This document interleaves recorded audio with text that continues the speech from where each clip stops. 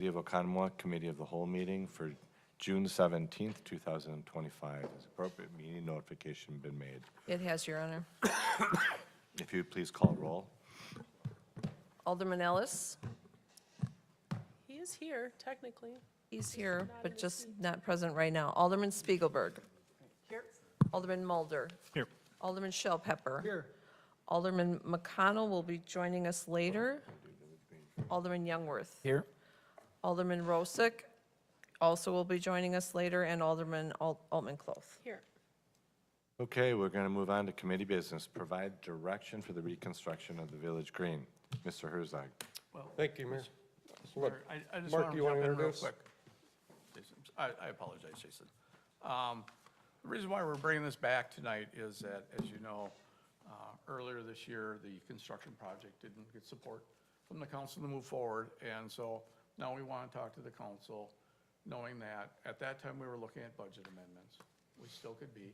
So we just want to make sure that there's 6 votes or 6 aldermen looking in the same direction and the same thoughts for the Village Green, instead of us just going out thinking, well, we'll do this and then come back with another project, and if you don't like it, then we invested that time and money. So we wanted to talk a few things tonight. Jason's going to walk through a quick presentation, can answer any questions. We're wondering, whether or not restrooms, yes or no, if there's any size that you're looking at, potential location, cost of the project, and then any of the features that were included in the original design that was not supported, because of the cost. Are there features in there that you would like to see? And so that's why in your packet tonight, what was included was, the overall aerial view of the renderings for that park design. And then we'd also pulled out an older layout that was originally done when we first started looking at restrooms in the Village Green. And that was the one that Craig Hebner was working on. We'd gone through the design and we had an approved design. And then right before that project started was when Rockwell condominiums came into play.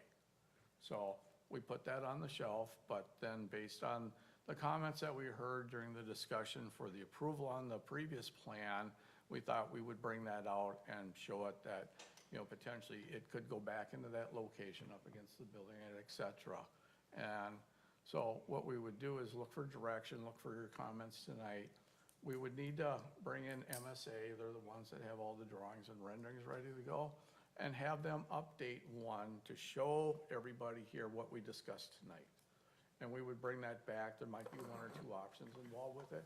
We'd bring that back and see if that's the plan that everybody likes and support for that. So that's what we're looking to do here. Jason. All yours. All right, good. Thanks for that explanation, Mark, and the history there saves me some time. I'll basically just kind of walk this through for everybody. Trust me, this is very, very draftish, and want to just kind of engage the discussion, ask questions. If you got things like come up throughout the week, for sure, shoot them to Mark or myself, and we can build on that. And the idea here is just to kind of be clear with what we would want to ultimately go out for a bid and work with our designer on that. So again, Village Green. This was the plan that we worked with last, 12 months here. There's a lot of components in here that and again, I might be outreaching this, but I thought there was a lot of support for a few of these items in here, maybe not all of them.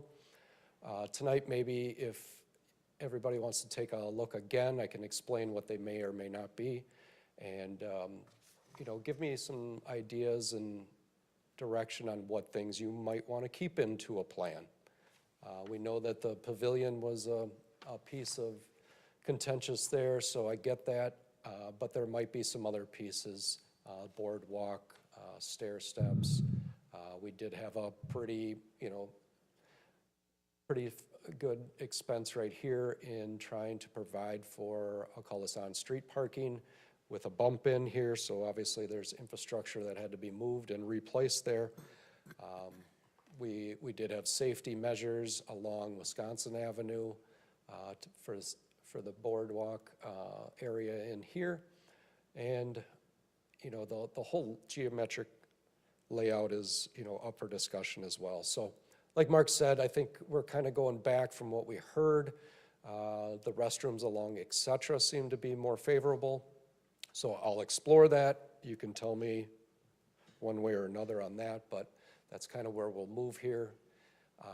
And if anybody has like a hard no on something, you know, we can just stay away from that, especially on a plan like this. So kind of walk through this. This was kind of one of our original layouts as we kind of displayed 4 options in the beginning last year when we went to work with the public, with the restrooms being along et cetera here.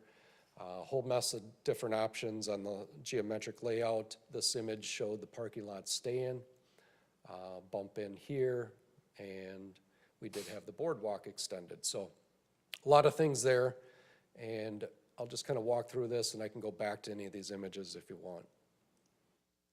So this is the 3-bathroom per sex that had gone in there, roughly 25 by 32, et cetera, being this gray building wall. It would open up to the park and offer that.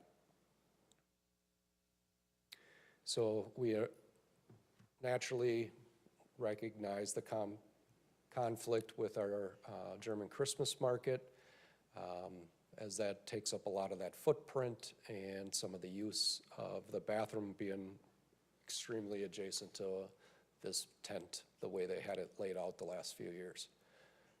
So that's et cetera over there. I'll walk through this. Spinning around, here's et cetera over here. And, you know, the thought of trying to position a restroom over in this area, some observations would just have to be that the tents would have to be adjusted somehow, or we can discuss how impactful we want to be with the park with restrooms. So if you're looking straight down on the park, this is kind of their tent layout, and this would be kind of that proposed 25 by 32 restrooms in this area, so we can kind of see how that lays out there. Is that actual size? When It's that, pretty close. So this is a little pulled back inside of this to try to stay away from that. Excuse my drawing here, but just to give you an image of, you know, what that, you know, might look like in that area. Other option is, you know, there is a curb right here that they are not being impacted by. If we wanted to kind of do the minimal approach and offer up maybe 1 to 2 stalls per sex on this. This is a 15 by 40 unit. Mark, you said the building at Rockwell Park is roughly 10 by 20 maybe? I'm looking it up right now. 10 by 18. 10 by 18, so 10 by 20, so this is roughly doubling that, maybe just under. You know, the thought here would be just to kind of handle your very, very daily uses here. Anything, you know, this small, we wouldn't be able to handle a medium-size event, so. Thought here was, let's just use this flower bed that nobody's really using right now. That could be considered and looked at right there. So that's kind of just walking through with that idea. If anybody has any other thoughts, you know, I can kind of review some of those. But if you will, let's just start off with this plan here. Is there anything inside of this plan, outside of this, I'll call this north area here, this combined walkway, pavilion bathroom set up here? I understand that was not desired here, but if I walk around this park, is there anything in here that I should stay away from or, you know, really go after? Yes. What does the total cost look like when you take away that pavilion and kind of That have, pavilion without the pavilion, when you take away the yeah, pavilion? if you take away the pavilion itself with the bathrooms and the roof was about 1.6 million. Okay, so that closes that gap that we had. Yep. Significantly, and, okay. I like the rest of it. so I would just generally say that if we took away the pavilion, maybe you have to remove, I didn't realize the parking on the street was that expensive. I thought that was So if that's expensive, maybe we take that away, leave the existing parking lot where it is, do everything else, and do that bathroom, the 15 by 40. I'd like, could it be a little longer? Could it be 15 by 60 and then have 3 stalls? Yeah, the reason I chose that is because I wanted to kind of like stay consistent with their mechanicals, as they have rooftop units up there as well, so I kind of cut that off. And they have they have 4 windows. 2 of them are boarded up right now behind the kitchen. So if I went any further, I might have to, you're kind of going into some of their, Because I do feel like 2 stalls is, I mean, yeah, anytime, even, I guess even if there's 3 stalls, probably for the, right. the, Yeah, if you're doing runs, you're doing, you have to bring in, still have to bring in units. Beer gardens, I don't think we could handle. even for runs, you don't think 3's? I mean, what's the minimum? Oh, gosh. So it's like, what is it, 50 stalls per, or 1 stall per 50 people is kind of like what the recommendation is? So when you look at, I mean, obviously Silver Circle is probably our biggest run person here. I mean, I would say minimum on some of these bigger runs has like 300 to 600. Yeah, the problem with runs is everybody needs it at one time. Exactly, yeah, Not- and that's not, yeah. So you're, They all want to do it right before the race, right? The Yellow Right. Brick Road had about 700 runners. Yeah. So that's probably Yeah, one of so our we, biggest. you would have to still bring in units for that, Yeah, you know. if we can't avoid it at all, then we're really servicing the Right. downtown businesses, which was the original intent, and Yeah. 2 is probably plenty. I mean, think about the events we have at Fowler, and that's, the women's is what, 2 stalls? yeah, And I can't speak for the men's. yeah. Yeah, and that one does get full. I mean, the ski show, Oh, probably. Which one? yeah, there are lines out the door there too. Jason, thank you. I guess one of my biggest things would be to do the concrete perimeter barriers. Yep, Like we're still showing it on the one that we did not approve.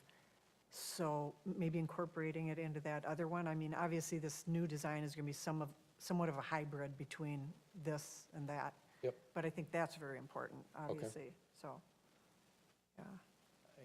I went back and reviewed in my mind at least, the dozens of comments I've made over 5 years about this. And I think the big things for me have always been handling the stormwater in a more elegant way, cleaning up that corner, and bathrooms along Lakers. Those are the 3 things to me that make this park work better. I love everything else you've done there. I think it's a really cool design. I like keeping concrete out of the middle, so you just have one big. Yard, yeah. How about the parking lot? I mean, ideally it'd be gone. I do have a lot of worry, and Chief, is Chief here? I tried to park in front of Lakers the other day and almost in front of Splash the other day, parallel park there, and I eventually couldn't even do it because people would not stop. And I just wonder about, on Main Street, people coming around that corner and that many people trying to parallel park there. I know we have a couple spots there now, but is that gonna be, that when you look at that, does that feel like a challenge being that close to the corner? Large challenge, when there's events there, that's where normally like food trucks are parked, that's where it causes bigger issues for us, so the indent does help out with the vision. So day-to-day, you there, don't think type of thing. The day-to-day parking there, be a little problem with that, maybe first one or second one, depending on. Yeah, we can shorten that up. Yeah, I like the indent for the food trucks. I think that's a great design, yeah. Can you go to option 1 that you had showed us?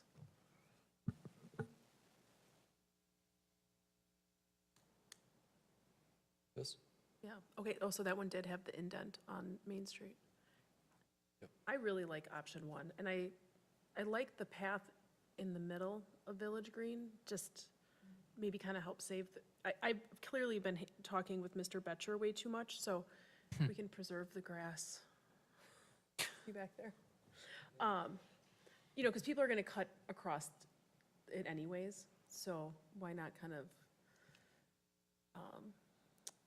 make it more accessible and not beat up the grass too much. But in terms of the bathrooms, again, just, 1 to 2 stalls, I think is sufficient, because I don't think there's any event that we wouldn't have to bring in porta-johns. Right.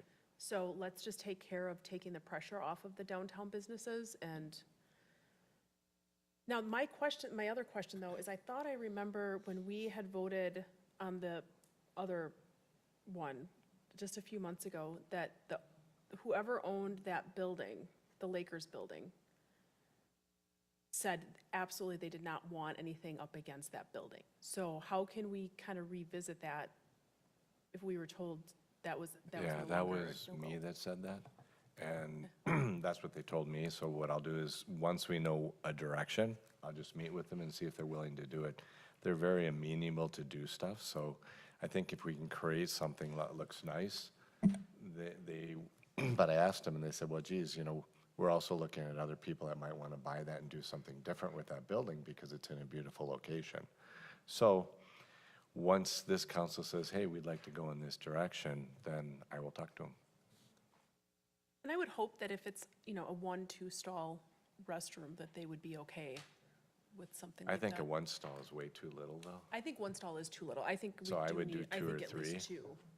And I like it that you make it more narrow and elongated to Is keep us everybody out in of the agreement village with green. that smaller unit Chess? versus, Well, I wouldn't mind, sorry, go ahead. Well, I'm just, it was interesting, the last process we went through to get to where we got to and then have it killed, right? I mean, I'm sure that was really painful for multiple people. I'm a little battle scarred from that and making sure that we really get the proper amount of input into Sure. this ahead of time. And I'm a little leery that this group sitting up here Can do it. really can do that, based on how we got to the last outcome, which was really driven, some of the main features of that design, by people on this council. So I don't know if, a committee is in the offing for this again, and we need to put more time into really getting the grassroots engaged in what's needed down here, or a Really, I mean- communications campaign on what the group decides, and then adjust based on that. So that's the first thing I'd say, Mayor. Second thing is just, and I know people will probably they'll go crazy with me saying this, but I think the bathroom, any structure you build on that green is gonna just be super controversial. A lot of people aren't gonna like it. It's gonna be problematic no matter what. I don't think we're gonna be able to build something on that green, an additional structure that's gonna be acceptable. I So think what it's I'm gotta be hearing from inside. you I think would it's gotta be be inside. I think yours, it's got- yeah. do it without bathrooms is That's what I I'm hearing. think. I Okay, think no, that's the only- great. I respect that. We've heard from a couple business owners who really want bathrooms down there, and it's impacted them a lot, and I mean, it's unfortunate that that's the situation, but I don't know if we can change the entire green based on just that feedback that I've Well, gotten. because of the process gotten- and what recently happened, and thank you, Chaz, I'm not pushing this forward at all until I have confidence that at least 6 of you Yeah, are on board with it. Yeah, but- right. Because we wasted a boatload of money. Now, if we're able to recapture some of that in this next phase, it's not so painful. But, so it kind of comes down to, do you want bathrooms, yes or no? Jason, can I just ask, is it Want a possible, pavilion, yes or no? I'm sorry, Or do you want a pavilion, yes or no? is it possible to put more simple bathrooms where that pavilion is and keep the, and I get, we don't want that, from the intersection, that you want to see the lake. Can you still have the parking lot or do something that's not against that business? Is there room to do that? I think I understand. As another You're just option. asking maybe a simpler, smaller unit where this is currently proposed and maybe keep the parking lot? I've seen parking lots, right, where you walk up to a park and there's a scaled down bathroom right there and then you walk out to, the field of whatever. I'm just, as I'm thinking, is there any place to put the bathroom that would be it, right? Matt? I don't think no matter where we put the bathrooms, it's Yeah. going to be a happy, and honestly, Chaz, I agree with you in the sense that I think ultimately we could do this without bathrooms.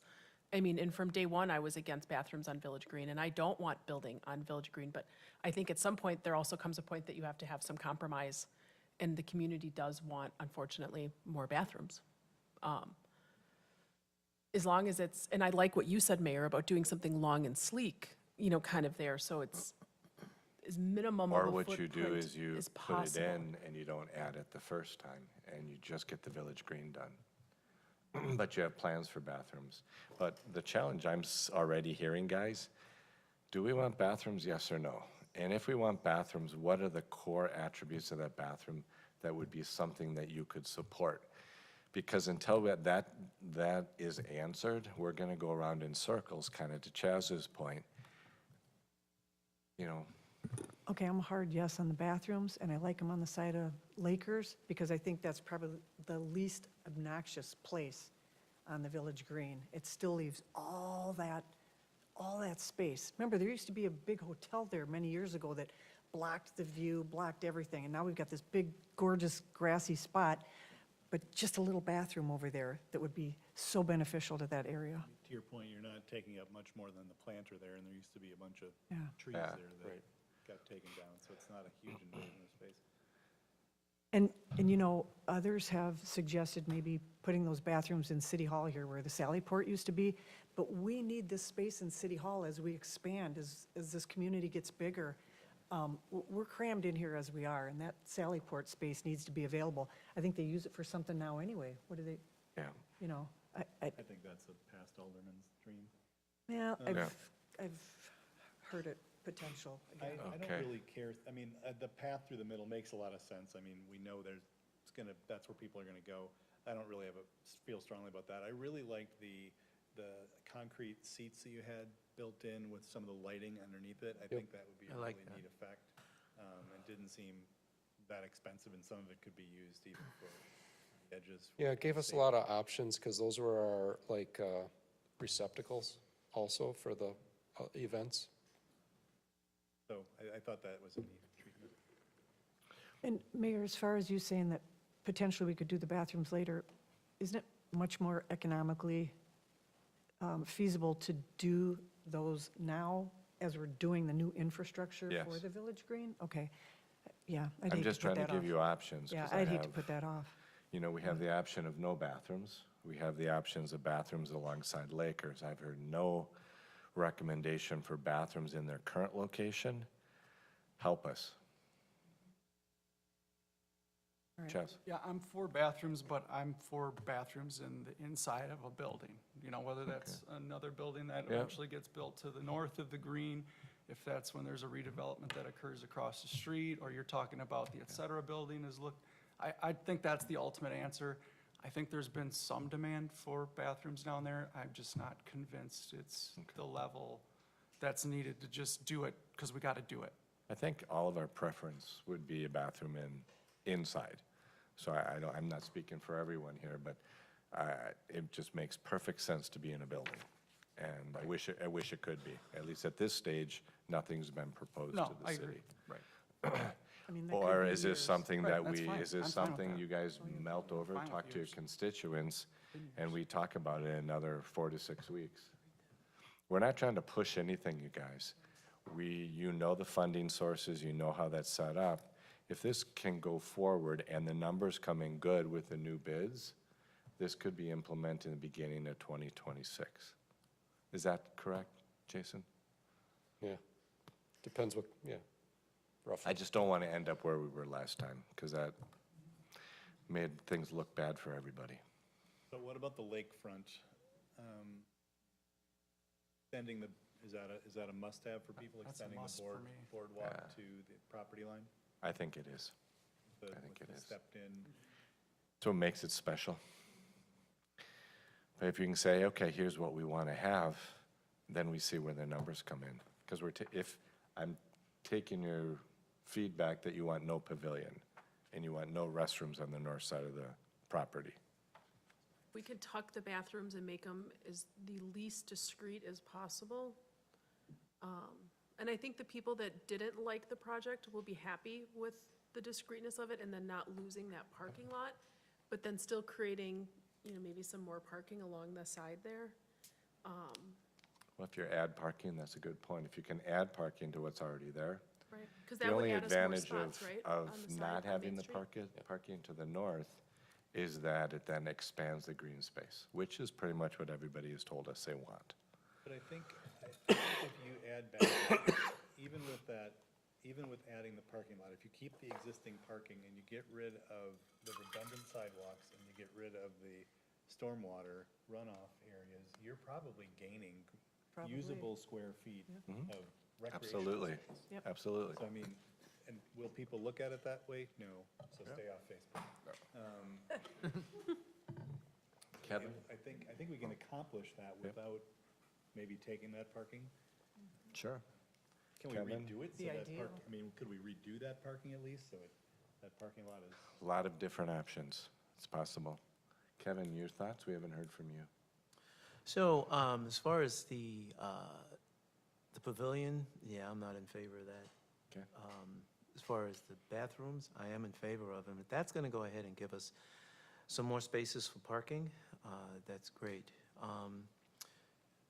That's kind of where I've always been. I think that the band shell is more than sufficient for this area, especially for the city. And if we need to fabricate something for purposes such as the festivals that we have during the summer, then we can throw up a stage somehow, okay? But other than that, I mean, the bathrooms are very important, absolutely. Eric, any comments from you?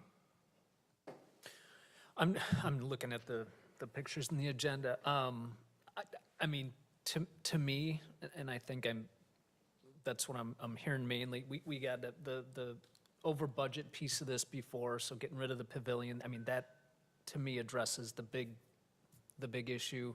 I think if we could have bathrooms that were discreet, it's not ideal having them inside, I agree with that, that would be ideal, but make them as discreet as possible. Keep keep the parking and the space on the side I think that, I'm good with that. New design, some bathrooms outside, keep the parking space. I think it would be good from my perspective. And I'm hearing everybody likes the core design that was not approved. So I think you're getting that message loud and clear, Jason. So let me summarize what I think I'm hearing from you and a recommendation to go forward without spending a bunch of money. So what I'm hearing is no pavilion, no bathrooms on the north side of the property. Keep the parking on the north side of the property if we can. Create bathrooms alongside Lakers, but have them be as narrow as possible, maybe a little bit longer, so they're not as obvious. And if we could take that, sketch that out, Jason, have you and your teams kind of sketch out what that could look like you've done with these other things, and then bring it back in 2 weeks and say, okay, is this what you want? Because I really don't want to spend any money with engineering firms and all of this stuff until we know where you want to go with it. We also have 2 aldermen that are not here. So if we go forward with something and they're completely dynamically opposed to something, because I do not know, then all we're doing is wasting taxpayer money. Does that seem fair to everybody? Yeah. Does he want to take some of those other components into consideration that we talked about, like the safety, the Yep. perimeters and the boardwalk stuff? Okay. Keep everything like we had it before. The only thing is you're getting rid of the pavilion and the bathrooms over there, you're putting it on the other side. Then you have to see kind of what happens with your oval a little bit and how that looks. And then what we're doing is we'd like to keep the additional parking on North Main Street, the way it's designed, because that's really nice for our events. And the parking that's that's there now, we want to try to maintain it either as is or differently. And then it'll come down to, well, what is it going to cost to upgrade it or clean it up? Does that seem fair to everybody? Mark? Yes, one of the things, though, these are MSA's renderings. Yep. And that's who we'd go to clean it up and put together, one rendering that we'd be bringing back. That way, everybody would be able to get to see exactly what we're talking about. So what you're saying is we have to go to MSA? Yeah. I think it's important that everybody sees exactly what we're going to go forward with. How much will that cost? I just want council to know, because I'm not, this is ridiculous if we keep going down this pathway, and then we say, okay, no bathrooms, and we're gonna just do something, no bathrooms, which is a fine option too. I just don't wanna keep But one wasting. hard no on outside bathrooms. Is there anybody else that's a hard no on outside bathrooms, or is it still considering, you'd still consider it, or is it a hard no? I'm I'm good with outside considering it. bathroom. You're in. I'm in. Yeah. Jennifer? Again, so I feel like we're kind of back to where we were when we had the 8-0 vote, are we in on it? Yes, we were in on it, until we saw the price tag. So we're not trying to waste taxpayer dollars on engineering, we're not trying to waste Jason's time, we're not trying to be difficult. When that price tag came in on that final project, yes, we were a no. So am I in on that option one? I think it looks great. I think it's the right thing for the city. Now, should it come back and it's some astronomical number, then no, I'm not gonna be in on it. So, So it's all about the money. I mean, it is. We're not gonna spend a ridiculous amount of money, and I get where you're coming from, Mayor, I really do. But, I mean, at the end of the day, if the final costs come in, Right, and it's but not feasible, here- then it's not here's- feasible. My question was, if the final costs come in and they're good, and Yeah, there's then an I'm in. outside, Yeah. even if there's an outside bathroom. Right. Oh, yeah, I'm okay with the outside bathroom up along Lakers, That as was- long as that we was keep my it to no more than 2 stalls. It's discreet, it's as sleek as we can get it. Can I make one more? One more thought. The bathrooms are a nod to the downtown business owners. The entire layout is for our German Christmas market. You know, we have the beer gardens have become incredibly popular. They always have. They're even more so now. And that's 12 or 16 days a summer. I would love to see if something on that north end could be designed so that this is where the beer, you know, this is where they set up the beer, and here's an area that's natural to put a temporary musical stage or whatever, because That's a good point. it's a little haphazard It could just be right a now. It's flat just- pad. Yeah, It I could mean, just be a flat can- pad. Haphazard. I mean, we're kind of just weighing in on this haphazardly. Yeah, right. But I mean, I'm just thinking, if there's a way that that's naturally where they go, I don't want to put a concrete pad there. I don't know. Just a thought, that is a really important event that's actually many more days, 4 times as many days as the German Christmas market. And to put the preface, we don't have any idea what this is gonna cost until it comes back.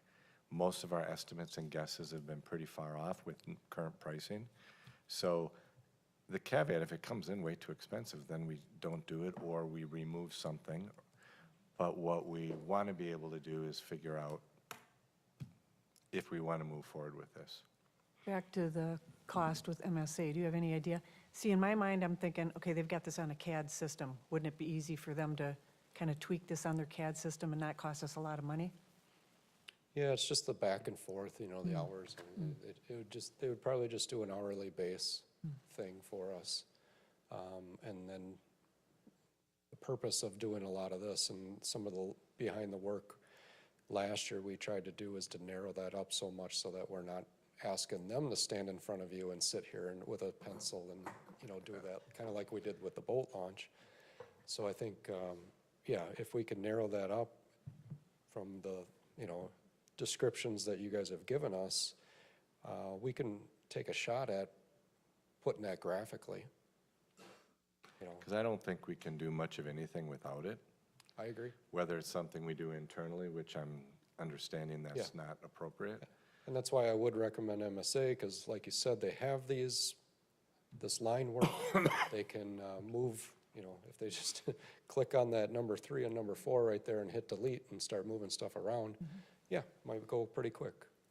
So council, are you comfortable with us directing Jason and his staff to do that and then bring it back again? We're not going to go out for bid, we're not going to do anything, it's just coming up with a picture. Yeah, I think you could do that pretty reasonably. It's when you start exploring, well, can we have this option and this option and this option, that it becomes more expensive. Okay, one other comment. Jennifer had said she likes option 1 overall, but that's a totally different configuration of the Village Green. I actually kind of like that with the sidewalk going through, but now we're kind of discussing this oval again, so where are we with that? Yeah, I guess my suggestion right there would be, think about that. We'll move this around kind of for the bathroom purposes and the images at the north end. And I would like to hear on the follow-up meeting more about the geometry. Because I think once we start playing with the geometry, we're really gonna be like asking them to do a lot more work. Okay, yeah, good point. So council, are we good moving forward with it in that direction? Is anybody opposed? Okay, hearing none, let's move on to our next item. Thank you, Jason. Consider recommend resolution 25R3293, extending the contract for refuse and recycling services.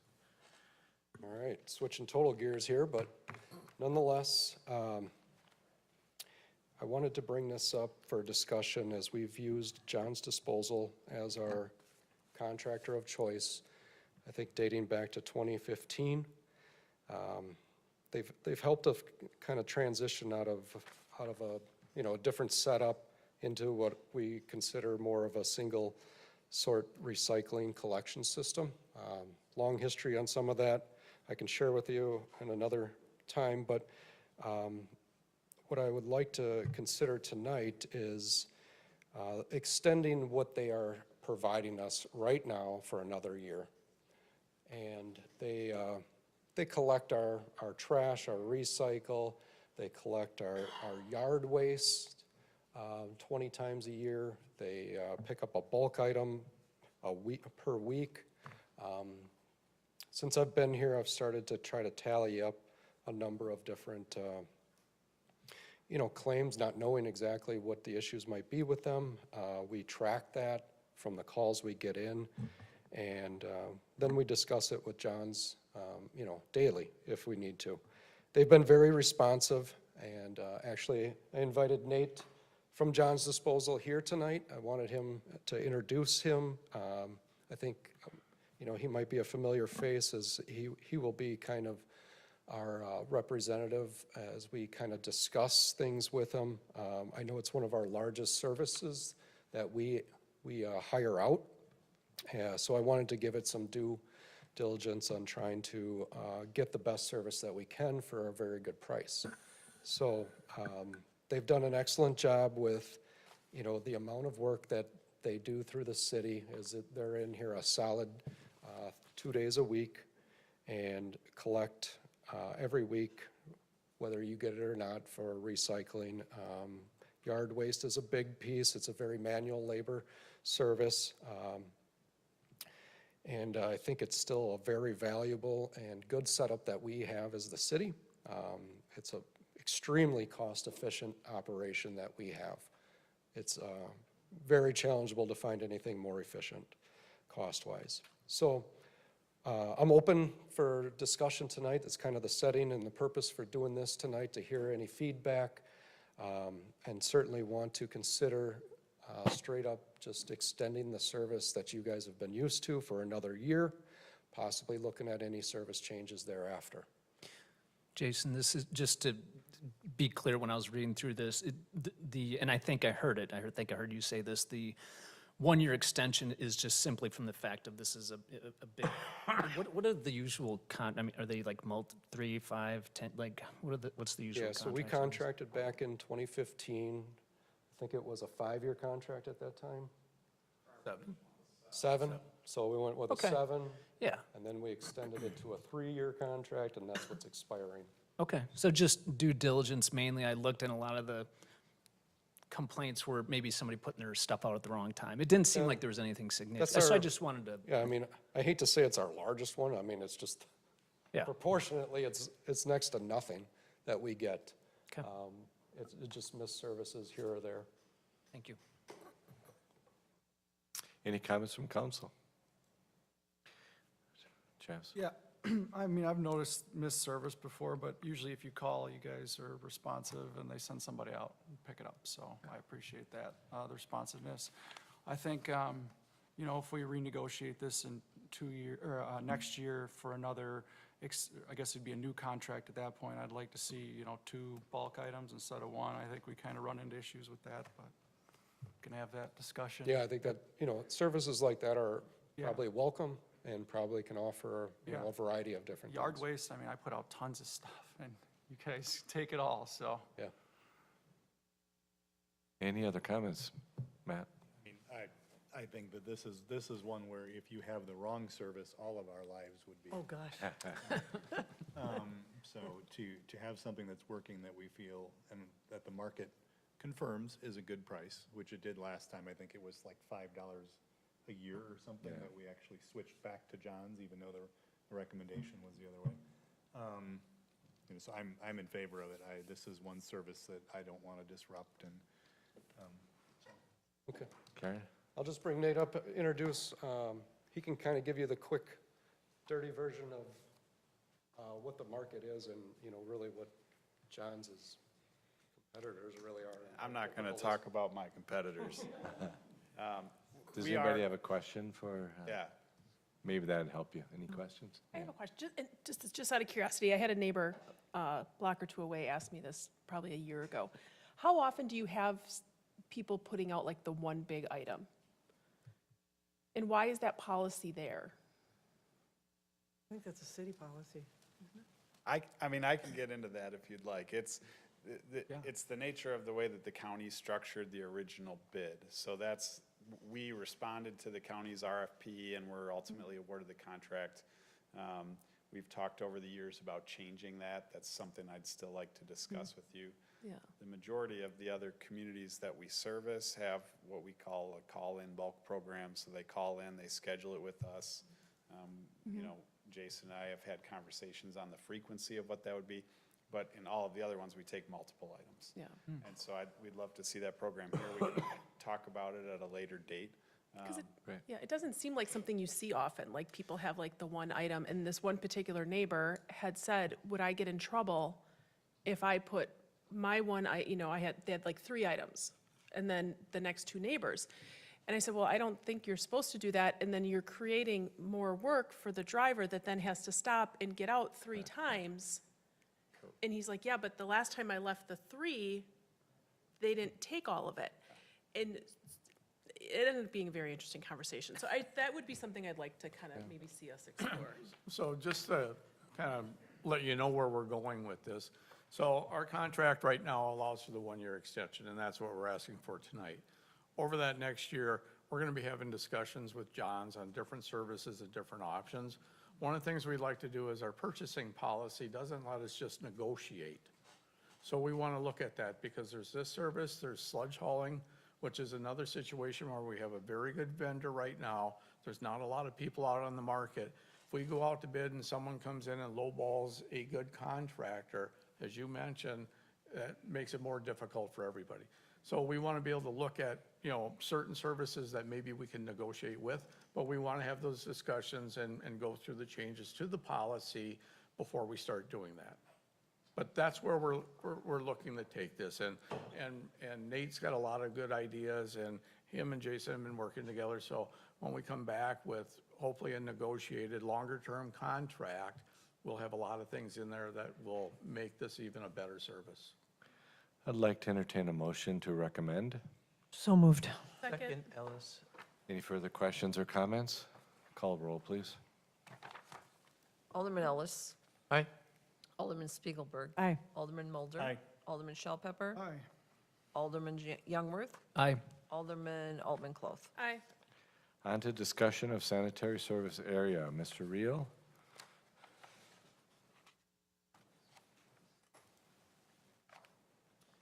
Thank you, Mayor. Thank you, council members. And good stand. Yeah. Bring this up, so we'll be starting here. Why don't you close that out? And then minimize.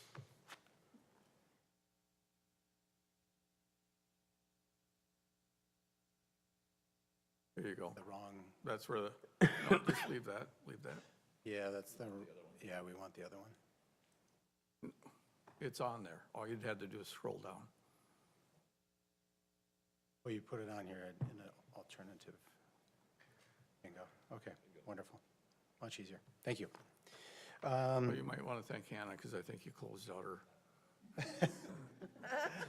Perfect, perfect. As the city is increasingly solicited for development of our lands, one of the first items that is of interest is how we're going to service those with utilities. And oftentimes, one of the first utilities that we're interested in is sanitary utilities, based on the desire to gravity feed that for cost and some issues with topography that we want to tackle. Beginning in 2024, the city staff began working with Rupert Milkie in looking at some specific parcels of interest south and west of the city center. This report, the Southwest Area Sanitary Report, was finalized in February of this year. And some of the highlights of that will be touched on by Stan here this evening. And there will be, hopefully this will segue into some other discussions with other areas that are highlighted here tonight. So I'll turn over to Stan. Good evening, everyone. Tonight, as Tim said, we want to talk a little bit about sanitary sewer service. And so what we've got going on is now a lot of the times as the city's borders have been fixed, we've got other parcels where they're starting to see some new demand for some of these parcels that are smaller, that are starting to develop. And a lot of times we call those infill developments. And so today I just want to focus on these 4 areas that you see up on the screen. Area 1 is bordered by Concord Road and Riverline subdivision. Area 2 is existing homes along Morgan Road right in this area. There's a series of homes that are on septic systems. There's about, I think, 14 of them. Area 3 is the area south of Valley Road, and so if you look at the city boundary, it's that kind of that notch there on the bottom, and that's what happened during the attachment of the then town of Summit lands, and so that parcel was brought into the city, and so that area is unserved. And then Area 4 is a broader area on the west side, bordered by the railroad tracks, and then south down to Allen Road, and then Morgan Road in that area. So you can just see that it's this area here along is Area 4. And we've got that shown as 2 colors. The area in, I guess I'll call it pink, is already city, and the area number 4, I believe that is town of Oconomowoc land. So that's why we showed it in different colors, just so you can see it. But it's an area that has been discussed by different developers, and it's vacant land. It's probably one of the larger tracts of land that's kind of adjacent to the city. It currently is town of Oconomowoc. So all of those areas that we're looking at have unique challenges to provide sanitary sewer service to them. We've got some trunk sewers in different places where we can connect to, but at the same time, because they're smaller tracts, it ends up being a matter of when they develop. So the landowners don't always want to develop at the same time. Some people are holding those lands, and so when they don't develop in an orderly fashion, or we don't get to decide when they develop, that presents some unique challenges for us. So that timing of development is a big issue. The other piece of that is that, is use and density configurations that come up. And so as we try to plan for those areas, we're trying to decide what that zoning is, what that land use will be. And I will tell you, over the 35-plus years I've been doing this with the city, it's like the densities change and the uses do change over time. So what we did do is, those are 4 areas that we're talking about. The one area that was studied a little deeper is Area 1. So we're going to take a little deeper dive on Area 1 and talk about that today. And so this was one of the studies that we did, worked with the city staff, and we did it as, some of you are familiar with that. It's as a hybrid project where city staff did some of the work and we did some of the work, and then we provided the final study when things were done. So I'm going to scroll back up to through these figures. These are figures from the actual study that was done. And figure 2, so this is a blow-up of that Area 1 that we were talking about, and it shows parcels here, and there's 3 primary property owners in that area. And then this is Riverline subdivision, which was formerly in the town of Summit, and then during when the border agreement was reached and that was attached. So this is an area that's unsewered within the city, so those lots are existing homes there, they're on well and septic. So figure 2 shows what this system would look like if the Harrow property, this is the Harrow property right here, this shows what the system would look like if this were to develop first. And so this is where the pump station is that this land would be tributary to. And so in orderly development, this parcel would develop first, then these parcels would develop, or they would all develop at the same time, and you'd be able to build out that system. Well, so if this is the goal, then you run into the question, well, what would you do if this parcel didn't develop, and then these landowners wanted to develop their system? Well, that creates some challenges for the utility to figure out how you're gonna do that. And so, as part of the study, this next figure shows what the system would look like if the southern properties were to develop first. And so if that were to happen, these sewers would not be here in this location.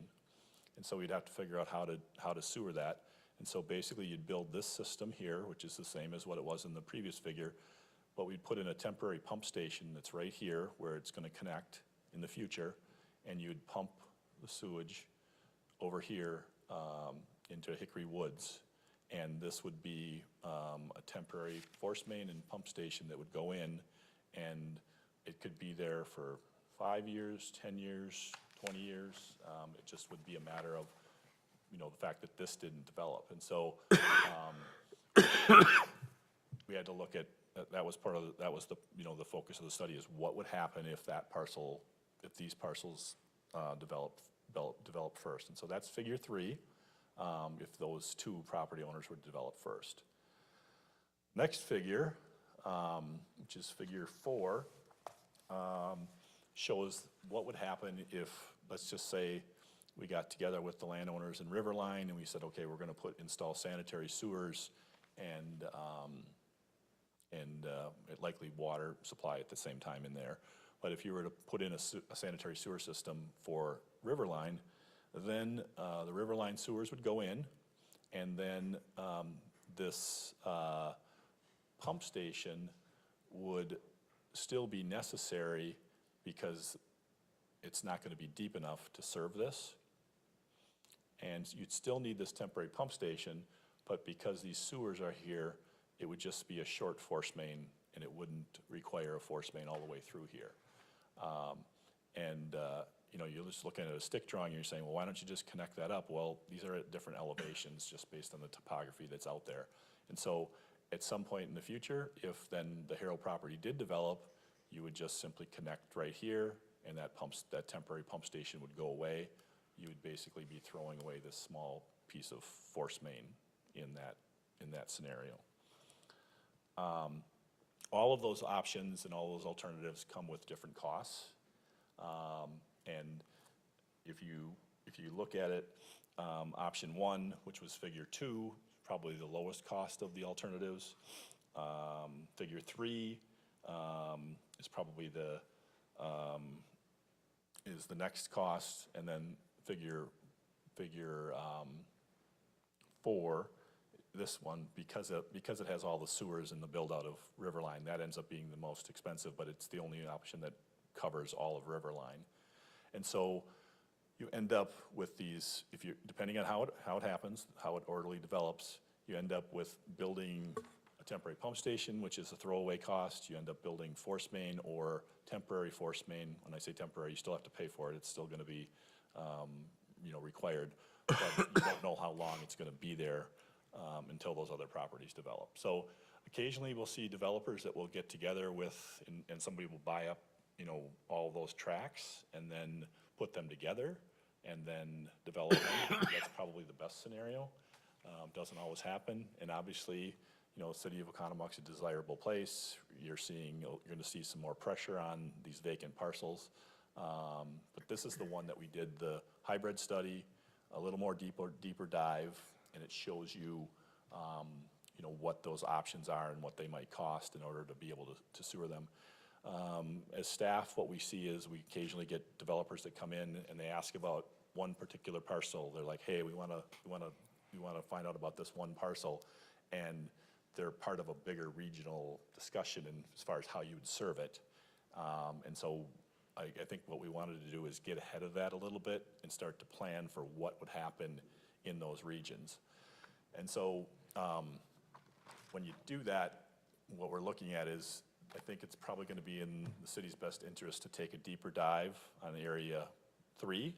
I think Area 2, we kind of know how that's gonna get served, to serve those existing homes. And then Area 4 is probably the middle, but, you know, it's a bigger area, a few more challenges.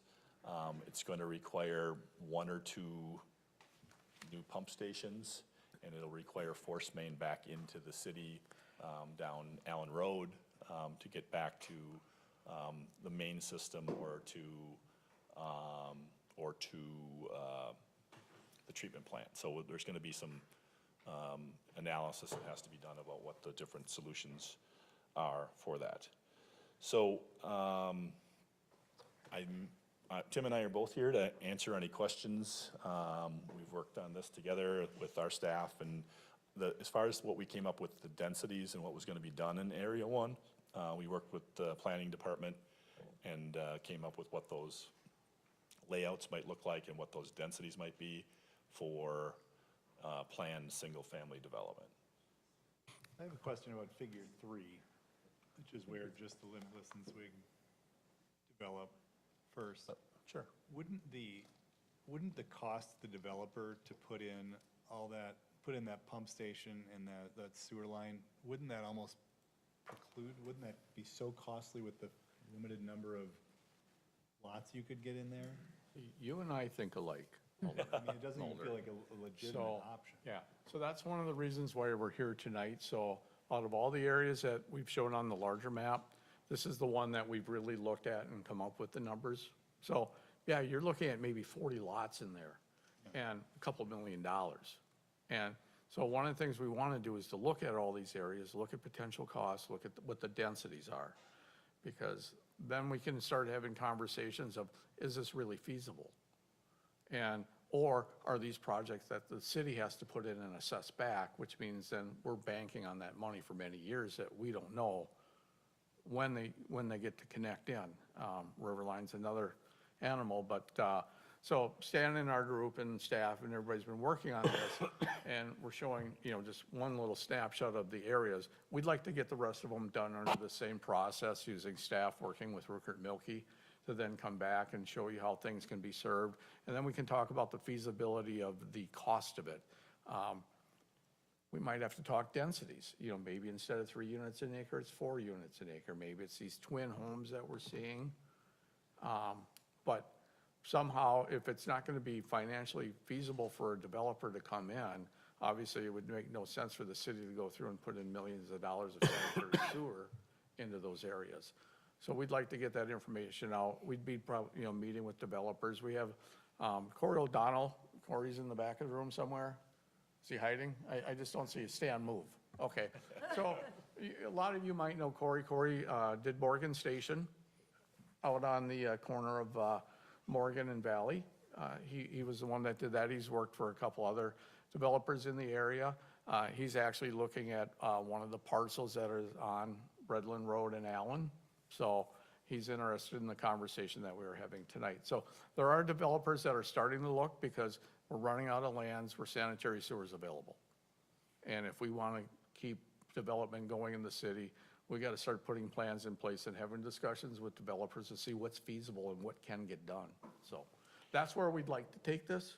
But I agree with you. You know, unless we can get this whole area and do it as most efficiently as possible, no one's ever going to develop my Liswig parcel and get 23, you know, units on it for $1.8 million of just off-site. So that's the hard part. And that's just the sanitary. Then you throw in water, so. Who owns 3? Is that multiple owners? Who owns what? Sorry, in section 3, the bigger. Oh, I gotta- I'm sorry. I jumped on you. We got the wrong guy driving this. man. Yeah, I believe that's, is it one landowner in there? Or, There's more than one, but it's a large vacant tract. You can see that one notch there, that's an existing home that I think might even have sewer there. But it's all undeveloped land. It was brought in when the border was negotiated with the then town of Summit and fixed that border. So with that has huge elevation changes. Does that create is that a big issue? Any of that kind of Well, elevation? it makes it more challenging. So if, what happens, what gets developed first is the easy land. And so the city is out of the easy button. And so I can say that I think what will happen here is you look at the densities, staff would lay out what they think the densities might be and what that might lay out as. And then we look at the topography. And then I believe what we would plan is there'd be at least one pump station here in this location. And then what I would anticipate happening is that this pump station would pump back up Concord Road to this existing force main. And our limiting factor in that analysis will be the size of that force main that goes back into the plant, because it probably would manifold into that force main. And so, that pipe has a capacity at some point. And so we would compare that pump station against the hydraulics of the existing pump station to put as much sewage through there, and that would be part of that analysis that would get done for area 3. so Dan, just real quick, so there's 2 major landowners there with large tracts, and there's 2 very small landowners in that area. Yeah. Development-minded people, or are they? I would think yes, I think that's why they own them, So, except for the small parcels, which have homes on them already. so Alderman Mulder, I think maybe the best example I can give you is when we did the north area, the northeast pump station. That pump station was designed and put in, and it serves some other areas. And so city built that pump station, paid for it, and then assessed all of those property owners that, even there's some that were in the then town. And so there's other properties that were tributary to that pump station that then have an assessment against them. And so when they develop, they then will pay those assessments, and that's how the city gets reimbursed for those costs. That would be how, in this area, if this, you'd need at least, to put in that investment for that pump station and all that force main, you're likely going to see that whole tract develop. But if there was a small property owner that didn't want to connect, you can technically let them wait. And the same thing happened in 2004, 2006, when, got to get my bearings here, the pump station on Concord Road right here was built, and that is sized to serve this whole region over here. All of this, so Hickory Woods, Riverline, this area 1, and so that pump station is larger than it, needed to be at the time. Those properties have assessments against them for when they do connect to the pump station. So you would approach this on a regional basis and say, okay, what's the best way to serve it? What do we think the densities are going to be? How big is that pump station going to be? What's it going to cost? And then there would be an assessment against all of those properties for that. Other questions or comments for Stan? We'll keep going.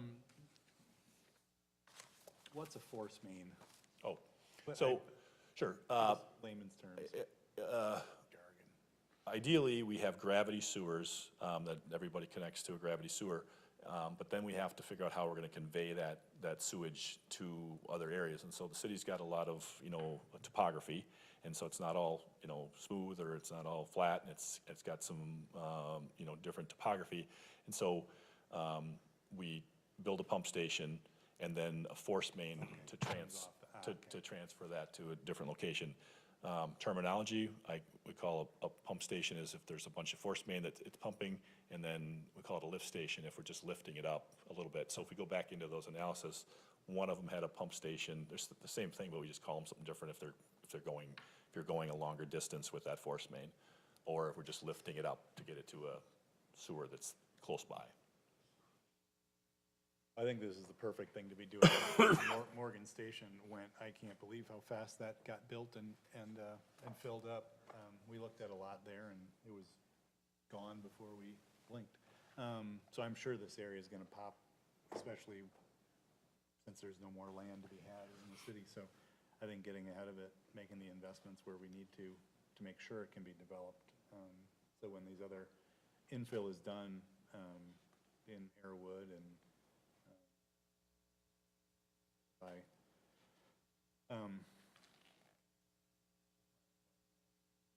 other areas are filled in, we need those areas for revenue purposes, so. We can just keep pumping it and dropping it off at Ellis's house as it goes north. Goes right past it, right? Why not they drop the snow over there also? It's all good, you know. You throw it, Corey, do you have a question? you didn't strike oil, that's not what's coming out of the ground. We're gonna be asking questions. Thanks for the opportunity to speak this evening.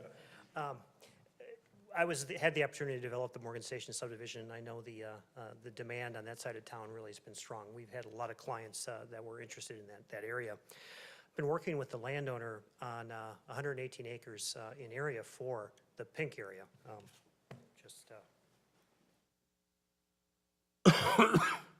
Just below the number 4 there in the pink area that's in the city of Oconomowoc. We came to the city in 2020 with a vision for 35 lots over there, and at the time it wasn't in the cards for sanitary sewer in the area, and we came back again in 2024 for it, and master planning had not been done in the area. So the landowner came to me in 2025 again and said, hey, Corey, can we take a look at something there again? And which kind of warranted a different vision, maybe a CSM for 4 or 5 lots in the area until sewer is available. Landowner was looking to build a home and build a home for some of his family. Has purchased this property, and it was part of the Town of Summit annexation back in 2007, so he's had it for quite some time. From looking at the sewer studies and hearing from what Stan was talking about, it doesn't sound like Area 4 really had much looked at yet for sewer design. It has not, that's why it's one of the areas that we're looking at, and you've prompted that because you've been in, I think, twice to ask about it. Yeah. So, the area that you're talking about is not feasible, so we want to come up with something that is feasible. Well, the CSM split on Concord and Valley back in 2022, CSM 12487, approved by council, took a 4-acre parcel and split it into a 1-acre parcel on septic and well. And the Town of Summit annexation agreement indicated that until sewer is available, septic and well was an acceptable form of development. So therefore, that was one of the reasons that the landowner thought there could potentially be something done along Redland for 3-4 lots until sewer would be planned for that area. Again, he was looking for something for his family and for himself, and it looks like it was something that has been done in the city as recently as 2022 per that Town of Summit annexation agreement. That's what brought us before the city to take a look at something. Clearly, we'd much rather do something on sanitary and do a development project there, but the landowner is looking for something short-term, and this would be done with vision that would allow for a larger subdivision around it in the future. So that's kind of what spirited his thoughts and what he's looking at here, and why we're here tonight, just to have the broader conversation about development in the area.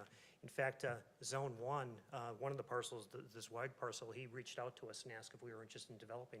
And I came to the same conclusion as everyone else did, is that it's prohibitive until sanitary sewer is in the area, and it's already saddled with a deferred special assessment from the previous sewer and lift station, like Stan, the pump station had brought. So there's a deferred special on it, and then there's more sewer that's got to brought to it. So it's very onerous in cost. So in some of the reasons these parcels haven't developed are because of those very reasons. So appreciate the chance to speak and hear some of the conversation about sanitary. I had heard a rumor that you had retired. Consulting. So Okay. there's a difference. Understood. Yeah. All right, appreciate it. Thank you. Any other questions or comments for Stan or for Tim? Jazz. Just a comment, I think just the discussion around parcel, the sections 1 and 3, and then I think it's Arrowwood that's being built right around the middle school right now. That's being filled Arrowwood's in. right in here. It just highlights the need for the Oconomowoc Parkway and the connectivity there, because a lot of people are gonna be going on B and on Valley Road, and we need to make sure we have that outlet inside of Arrowwood and Agree. the other developments, so this just highlights that need. Good. Thank you. Thank you very much. So we'll move forward, we'll keep you informed through the weekly updates, and once we get something, we will get back together and walk you through all the information. I'd like to entertain a motion to adjourn. Motion to adjourn? Second. All in favor? Aye. We'll go ahead and start in 10 minutes. I will start the council meeting promptly at 7:30.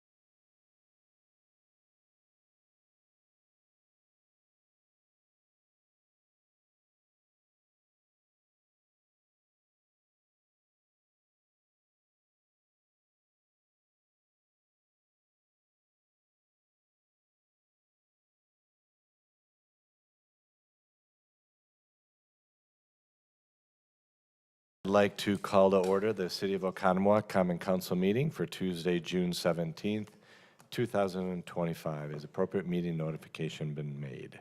It has, Your Honor. If we'd all please rise for the Pledge of Allegiance.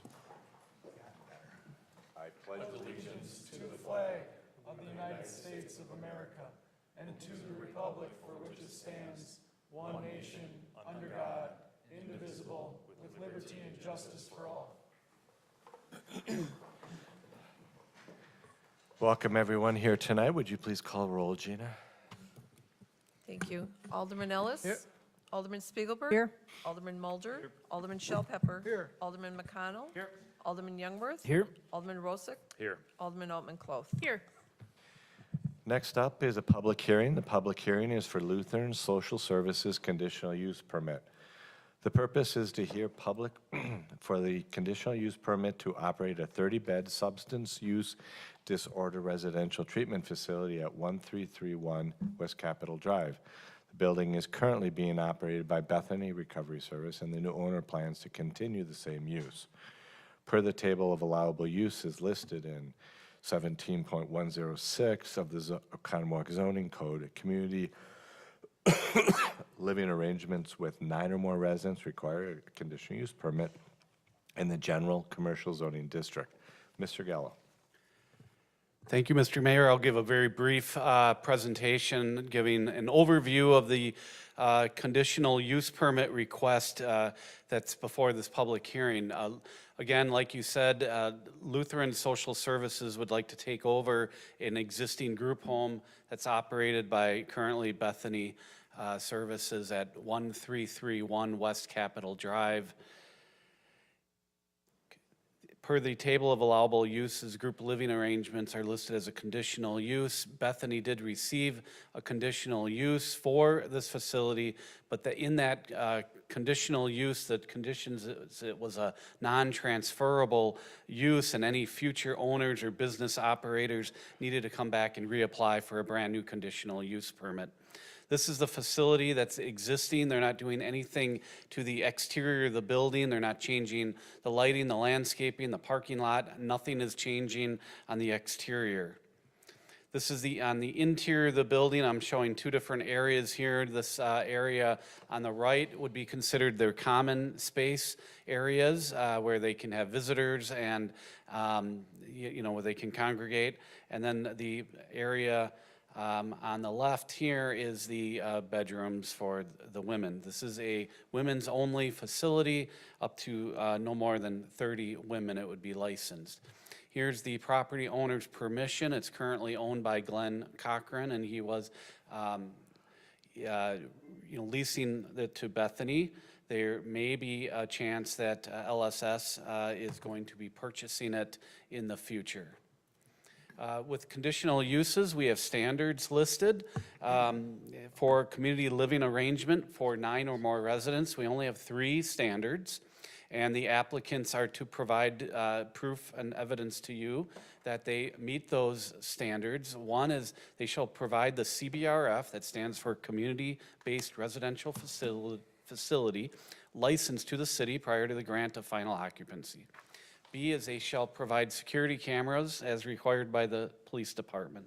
And then C is just a catch-all that we have for all conditional uses, that they comply with all other zoning, fire, building, engineering, utility, and other municipal ordinances.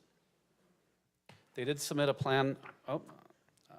We drafted a conditional use permit, and it talks about those standards, such as, they must follow the plan of operations, no more than 30 clients at a time. The door alarms, cameras, and Knox box is part of the standard.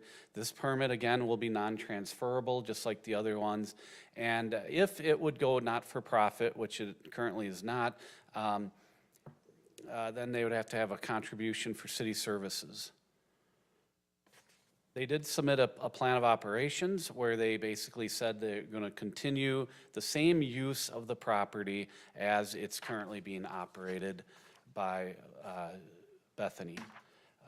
And they've stated in here, you have a copy of the multi-page plan of operations of everything that they intend on doing. The Plan Commission did recommended approval of this conditional use permit for Lutheran Social Services for the 30-bed community living arrangement at the 1331 West Capitol Drive site. And it was per-drafted as planning staff.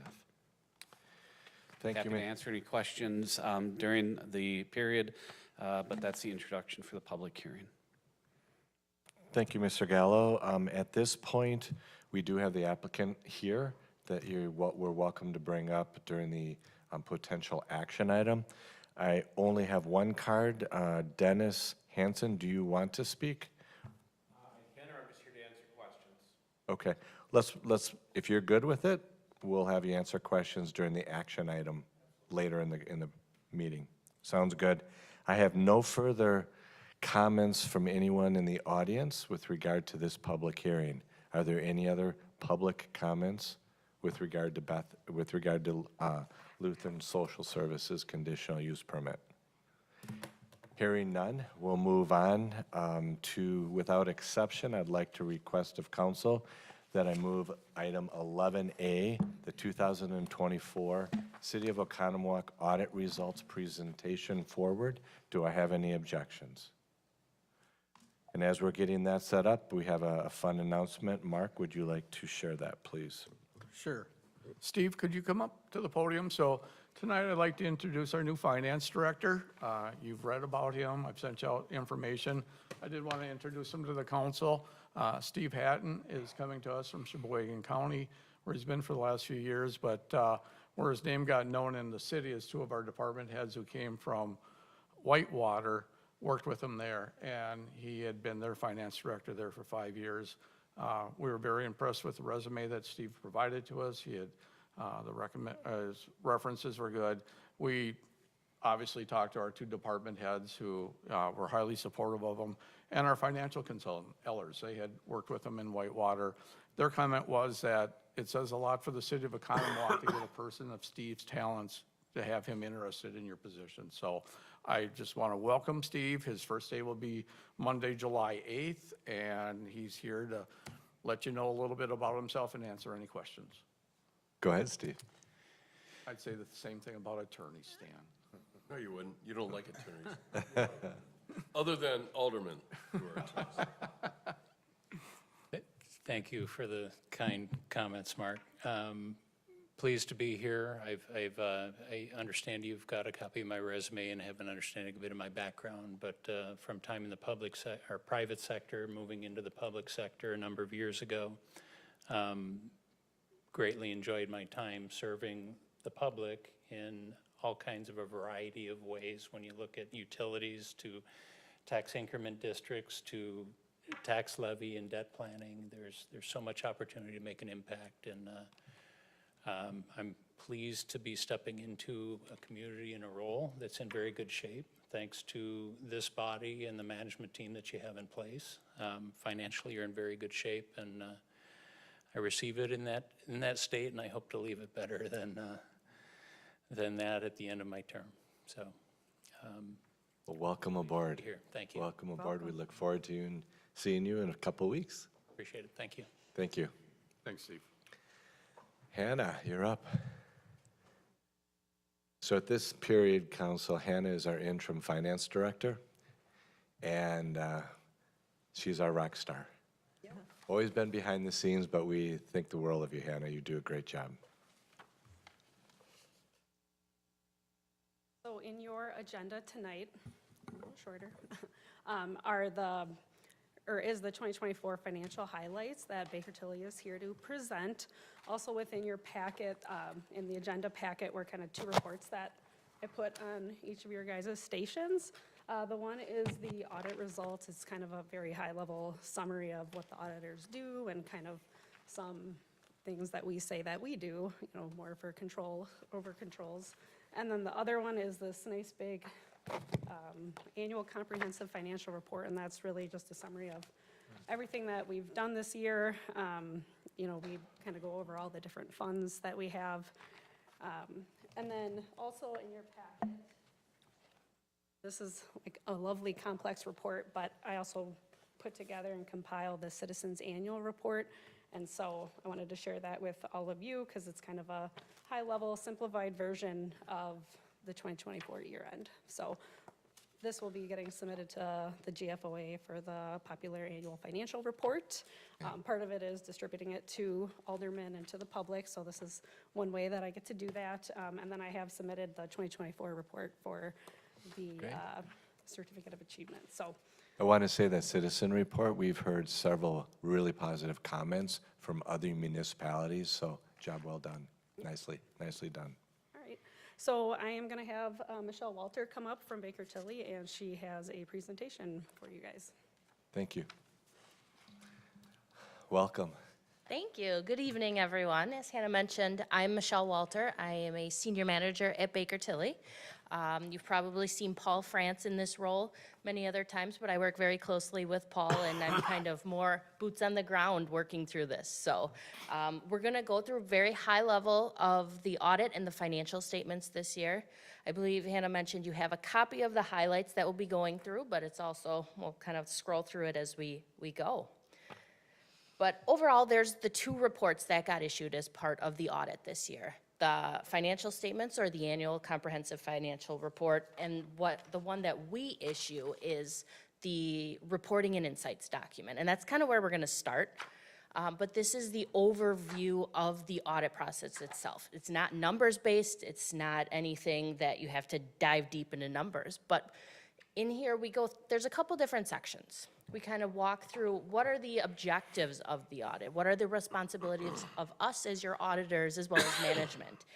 And overall, the objective of an audit is for us, your auditors, to issue an opinion on the financial statements. And that's what we develop all of our procedures for. We do this in a risk-based approach to get reasonable assurance that those financial statements are free of any material misstatements. And in the opinion that got issued for 2024, it's called an unmodified opinion. So that is the highest level of assurance you can get from your auditors. So that means the financial statements are free of any material misstatements. They include all the required disclosures. Accounting policies and principles are properly followed, including if there are any new standards that were implemented. So overall, great bill of health on the opinion for the financial statements. We also have to include certain required communications as your auditor. I think one of the biggest things that is in this report is internal control comments. And this is not a very big section in the city's report because of the sound internal controls that the city has. There's proper segregation of duties. The city prepares their own financial statements, so there are no material weaknesses or significant deficiencies that we have found as part of the audit. So once again, another clean bill of health that you want to get from your audit. A couple other required communications that we have to have are any new accounting policies or principles, and if there were any unusual transactions that occurred during the year. If there were any disagreements with management or difficulties encountered, I will tell you this is not the first that you would hear about them, but happy to report that there were none. And Hannah and Lori and their team were great to work with, got us everything we needed, and the audit went very smoothly. As far as the audit status itself, we went in with a game plan and there were no significant changes. I would say the only thing that would be different from our standard engagement letter is there will be an exam on the ARPA funds that were received. So the coronavirus state and local fiscal recovery funds, there's going to be a compliance piece because of the dollars that were spent. So we're working on working through that, scheduling that, and getting that done. So kind of, I mentioned that we do a risk-based audit approach here. So we go through and we look at what is risky to the city. And some of the key areas that we focus on are management override. So what can management do that goes beyond what they're supposed to? And then just revenue recognition. These are two risk areas that are in every single municipality, any type of entity, because these are all things that even if you have sound internal controls, you might be able to get something by. So happy to report that, based on some procedures and unpredictability procedures we've done, everything is operating as it should. And this is kind of just an overall summary of the cycles that we look at. Obviously, we look at things, cash and investments. Revenues are a big thing that we look at, but debt, pension-related items. So these are all factored into what we audit annually.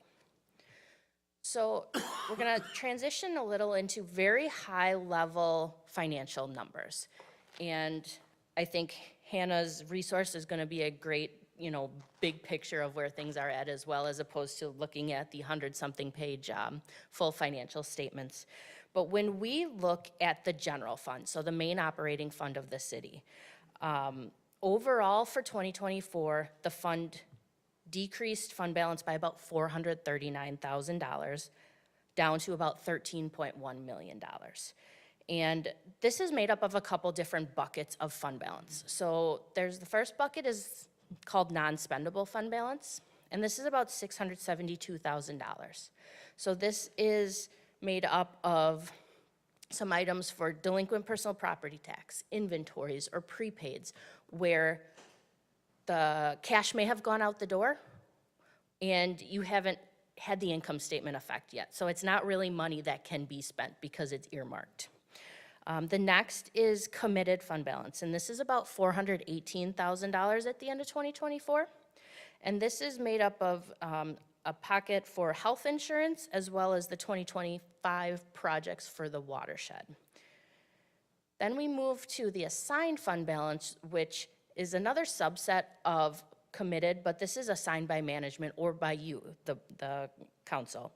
So this is $1.5 million, and this is made up of a couple different pieces as well.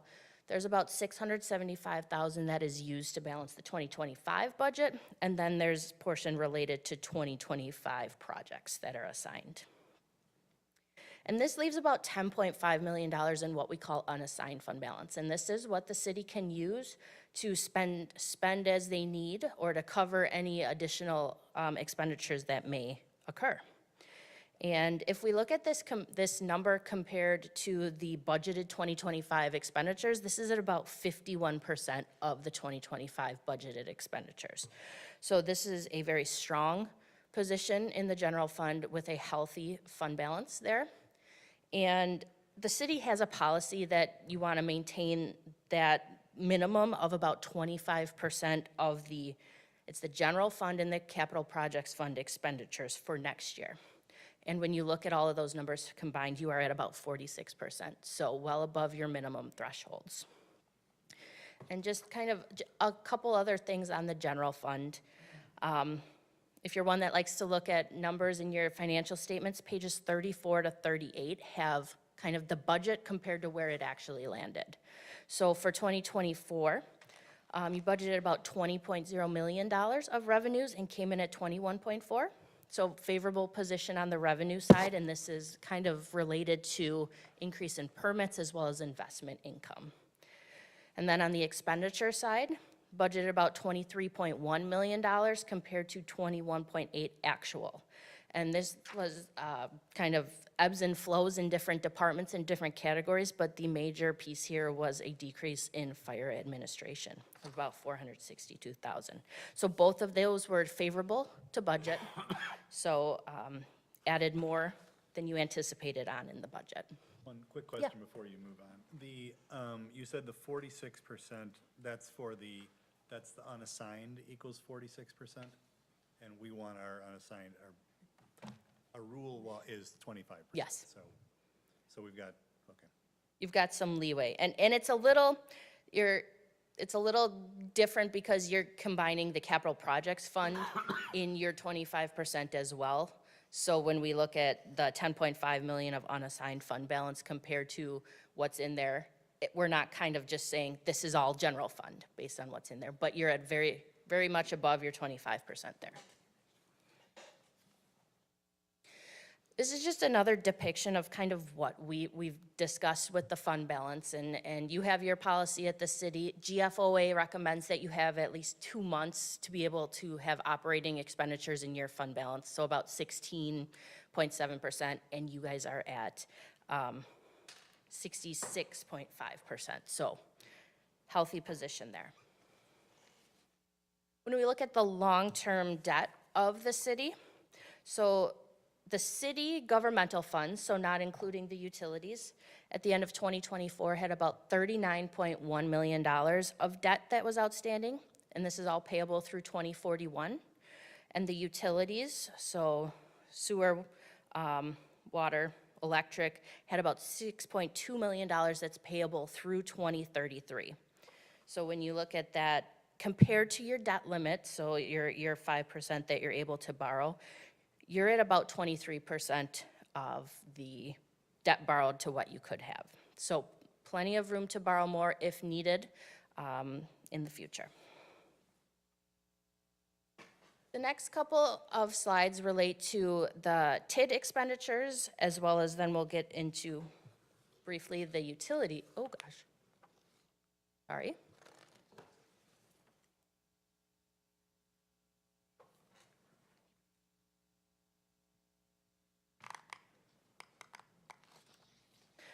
So Hannah puts together a very detailed schedule on each TID and the expenditures.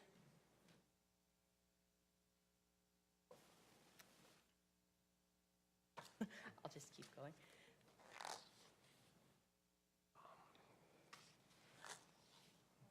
I'll keep going. One more. Thank you. Okay, and then it's, sorry about that. So put together a very detailed schedule, inception to date or creation to date for each TID. So part of kind of what we do as your auditors is make sure that you have the required completion audits, so at 30%, 100%, and then the termination, as well as making sure there's a true picture of where those sit compared to project plan. So TIDs 4 through 8 are the current active TIDs. And this is kind of a, like I said, creation to date summary. And if we look, TID 4 has the last dates to incur costs within 2025, so that's coming up in the near future. And then TID 8 just got started recently, so not a lot of expenditures there. So the only thing I will kind of call to your attention is if we look towards the bottom, down here we see the fund balance of each TID. If it's negative, that means it's a positive fund balance, and the inverse as well. So TID 5, 6, and 8 currently have deficit fund balances, but those should be recouped with future tax increment. So, I'm sorry, Yeah. so, TID number 7, where it's 3.6 million? Yep. That's a good thing or a bad thing? That is a positive fund balance. Right, okay, so that's a good thing. So it's a good thing, and based on where project costs sit. Now, I don't know if you have any insight on when this TID closes, if you're projecting anything in the future where you would have to repay, but any fund balance that would be left, you would have to disperse out to the other jurisdictions. Right, you could use those funds to pay down 4, 5, and 6, or whatever. I don't know, it was a question. Can't use that money. It's different pieces of it, but some of it is debt proceeds that we haven't used yet. And then we also have the land sale over in TIF 7 that we will have to use those proceeds that we got to start paying off the debt for the debt that we issued for purchasing it for the Olympia Fields Phase 1 or Phase 2 project. So those are earmarked. We can't use those. We have items to use those for, so. Yep, and TID 7 is the only fund, or only TID that currently has debt outstanding. So there's about 19.2 million of debt in that TID.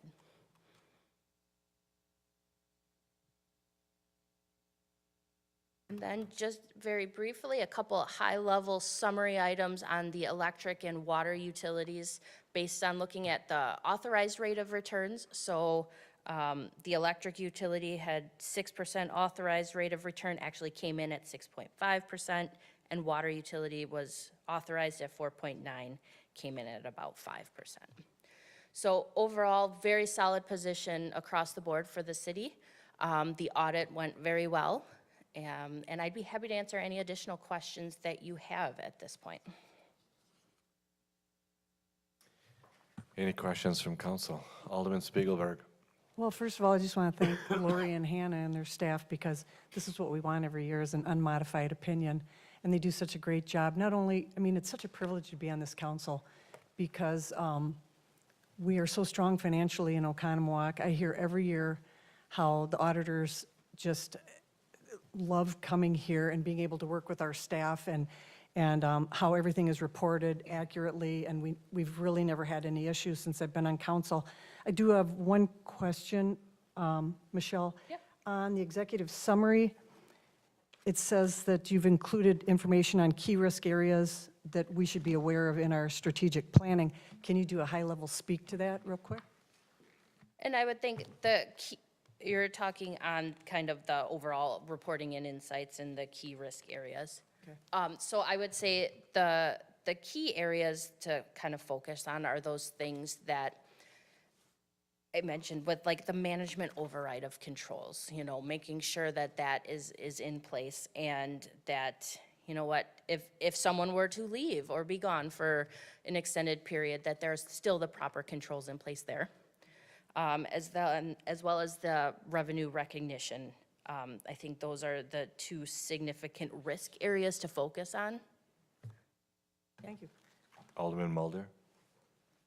Yeah, I just have some, well, a comment and a questions about the fund balance, the 10.5 million we have. So that's about, so 25% of that is about $5.7 million that is, we have obligated ourselves to hold on to. Is there, I don't know this answer, is there a state, is there a level we have to have? Is it 10% or is there no law? So there is no mandatory holdback that we have to have. And I realize we use that for, that's operating capital, but I just think that's a big number, right? That we have $5.7 million we can't touch. It's a great security blanket, but every year when our budget grows, that number grows, and does our need really grow along with that? So I think it's something to think about. So I guess you're not gonna probably give me an opinion on that, but, so that does leave us with, you know, $4 million of free cash that we can spend above and beyond that. I'm not suggesting we can't. But am I thinking about that? I just want to make sure I'm thinking about that right, and that's. Yeah, based on what the city has passed within their resolutions, that yes, that I think it's 5.8 or 9 roughly, is what needs to be there, and you currently have the 10. So yes, you have kind of that wiggle room of what's over your minimum requirements, and that's a conversation for the board, kind of what you want to do with those, and if the 25% is. I don't think it's money I'm not suggesting we spend, but I think it's, as we look at what's down the road for the city, you know, with maybe not having the growth we always have, I think it's important to look at that asset and think about how much, is 25% the right amount moving forward? Does that give us the flexibility we need? Does that give the flexibility of future? So I just think it's a really big number to be sitting on $6 million. Now we're getting good interest on it. That's a good point. But then that interest, we're not putting that in our budget, so we're just the next year adding back, growing that fund even more. So Matt? it's been really important, I think, for the new people to understand that as we get into budget season. Alderman Rozak. Yeah, I'll echo both of those comments from Karen and Matt. Our city's been in a really good financial position. We continue to be. I think the size of that general fund and the unassigned is also part of that. And to Matt's point on what do we do with that money, I hate to just spend it, because it's nice to have it there if there's some major issue, you know, whatever. There's a massive issue with the fire department. We need to contribute an extra $1 million in capital some year. We have the flexibility to be able to do that. But I don't know, is there anything else we can do with that money, that 4.5 million? Can we invest it? Can we put it in some type of bond or some other way to use the unassigned portion that we don't have to keep to even earn more money? I don't know what we can do with that, but it seems to me it doesn't make sense to just let it sit there in perpetuity. Well, right, and so, and this isn't maybe the place to have this full debate. Right. But if we're obligated to keep that 5.7 and can't use that for anything, then if that were 4 million, that would give us. Sure. We could still have the 4 million plus a couple million in reserves and have 4 or 5 million to do something else with, to be more productive than just sitting there waiting for us to spend it, which we're never gonna do, because that's not what we do. And we have used the interest, I think, over the last few years when interest has been high for some capital projects. We've used, I think we had 800 grand one year we used for some stuff at DPW, if I recollect. But I like to have another discussion about this at some point in committee to hold to figure out what are our options with that money, and can we move those numbers around? I think that makes a lot of sense. When we talked about the roads too, Yeah. so we'd used it in the past for the roads. Yep. So, but great comments. I think that's something that the finance committee could really tackle. That would be a great opportunity And- with our new finance director. Maybe Yeah, he's Karen? got some ideas. You've And got some time off. It sounds like you're not starting till July 8th. No, I think Alderman this- Spiegelberg? This is a good time to have that conversation as we kind of look out and see that we may become more landlocked here. So I think it's a good time for us to start this conversation and to look more in depth into what that could mean, yeah. Great. Any other questions or comments? I just want to make a statement on that. So areas that we've been using those funds, we've been contributing, $600,000 for the last couple of years into our capital. Probably going to look at more funds now because we want, as always, have more needs than we have money. The other area that we use those funds is that we have a lot of things that are being reimbursed by impact fees, but money had to come from someplace first. And so at the end of the day, when you see all the negative balances of our impact fees, it's actually the unrestricted reserves that are covering those so that at our end of the year's numbers show that we're fine, that we're not in a deficit. The other place where they recently noted our fund balance was in Moody's rating of the city on our last borrowing and keeping us at a AA1, which is pretty spectacular for a community our size. And they actually talked about trying to maintain a 35% total fund balance. So there would be concerns on future reviews if all of a sudden we were spending huge chunks I'll say uncontrollably, but I don't mean it that way. I don't mean like drunken sailors. But if all of a sudden we started spending huge chunks out of that. We do have a plan, the 600,000 a year, we might bump that up to offset capital, and that's one of the ways I've been talking to Hannah that, in addition to that 600,000 this year, maybe we look at what was gonna go back into the fund balance from last year and up that number and use that in either the streets. One year we didn't even borrow for streets because we were able to use interest and fund balance. So there are things like that that we are doing. It's just that it's great times right now. Our permits are way up, our interest is way up, and so that's not always going to be there. Yeah. Yeah, Great. I just want to make everybody aware. Yeah, it's good. Thank you very much. And Hannah, thank you for all your hard work. And welcome aboard, Steve. I just wanted to touch base on that policy that we have for the 25%.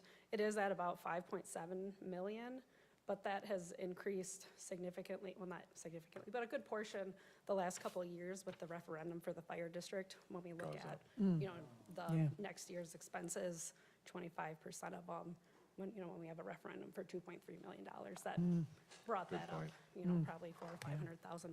So, That's a good point. yeah. Well, thank you, Michelle, for your presentation. And I did just want to give a plug that, a lot of this seems like it's just finance doing it, but it's really everybody yeah. at the city and all the departments. They listen to all my questions, and same with John reaching out to them. So I just appreciate all the effort that everybody helps with. So, yeah. Thank you. Thanks. Thank you. I'd like to entertain a motion for the approval of the minutes for June 3rd, 2025. So moved. Second. All in favor? Aye. Opposed? Now we have a couple of blue cards for comments and suggestions from citizens. Mike Beatty, if you could please come up and please state your name and your address and what community you live in.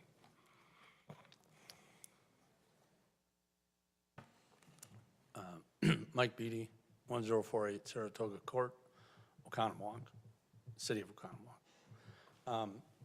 I just want to say thanks for all the work you guys do. I know you put a lot of energy and time into all this, so thank you for all that. So my only comment is about is it the Village Green or the green space?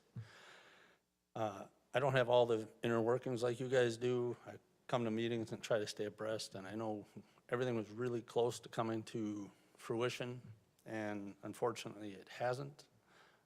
It's a little disappointing. I'm not disappointed in anything that you guys are doing. I think you guys are doing your due diligence. That's great. I'm all for it. I just hope that you guys keep working toward a resolution. So that's it. Thank you. Great, thank you. Thank you. And thank you, Mike, for coming to so many meetings. You're very engaged as a resident, and we enjoy seeing you in the audience.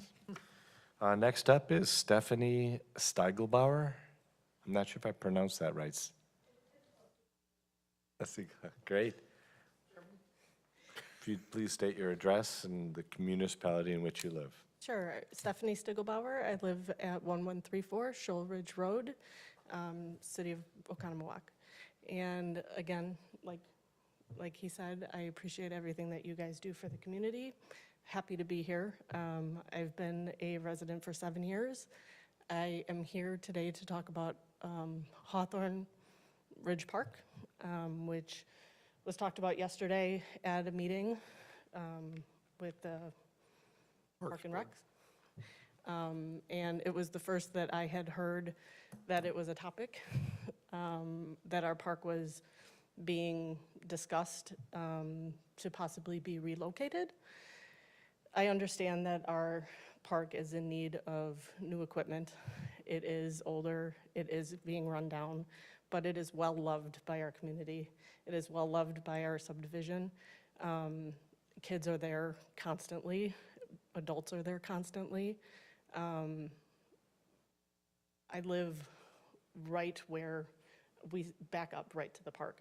So I see people there all day long. I work from home, so I see the people that come and go all day long.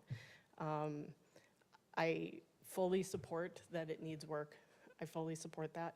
What I do urge you to do is not move where the location is, because it is so well-loved and so well-utilized. If it should move to where the proposed new location is, I worry that it's not gonna get as much use from where the people that use it now use. It's much further. I do think that it wouldn't get as much use, or it might, but not by the same people. It's much further for us to walk. It's not as safe. It's on a busy street where right now it's tucked back in a safe little park. And it's nice because the kids that do come, they bring wagons full of stuff, and they make their own baseball diamonds, or they bring soccer field stuff. And I don't think that the new proposed area has that capability. So that's all I have to say. But Thank you very much. Thank you for coming. Thank you. Not seeing any further blue cards, we'll move on to consent agenda items, licenses, and treasurer's report. I'd like to entertain a motion. So moved. Second. All in favor? Aye. Opposed? On to committee reports. Let's start with public services. Consider act on resolution 25-R 3294, renaming of Roosevelt Park Baseball Field.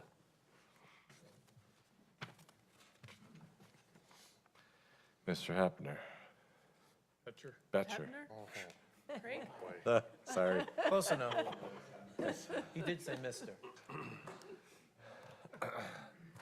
It happens to me all the time. Yeah. I've been called much, much worse, so no problem. No, you haven't. Thank you, Mr. Mayor. I'm here tonight to introduce Kevin Roush. Reason he's here is OABC is looking at potentially renaming Roosevelt Park Baseball Field Pat Neary Field. So I will turn it over to him to kind of go through what they're looking at doing. Thank you, Pat. Hey. Pat. Eric. I'm Kevin Roush, president of the Oconomowoc Area Baseball Club. We're here to support all things baseball and softball in our community. So last year, Earl Epler, who was a longtime supporter of the Oconomowoc Area Baseball Club, passed away.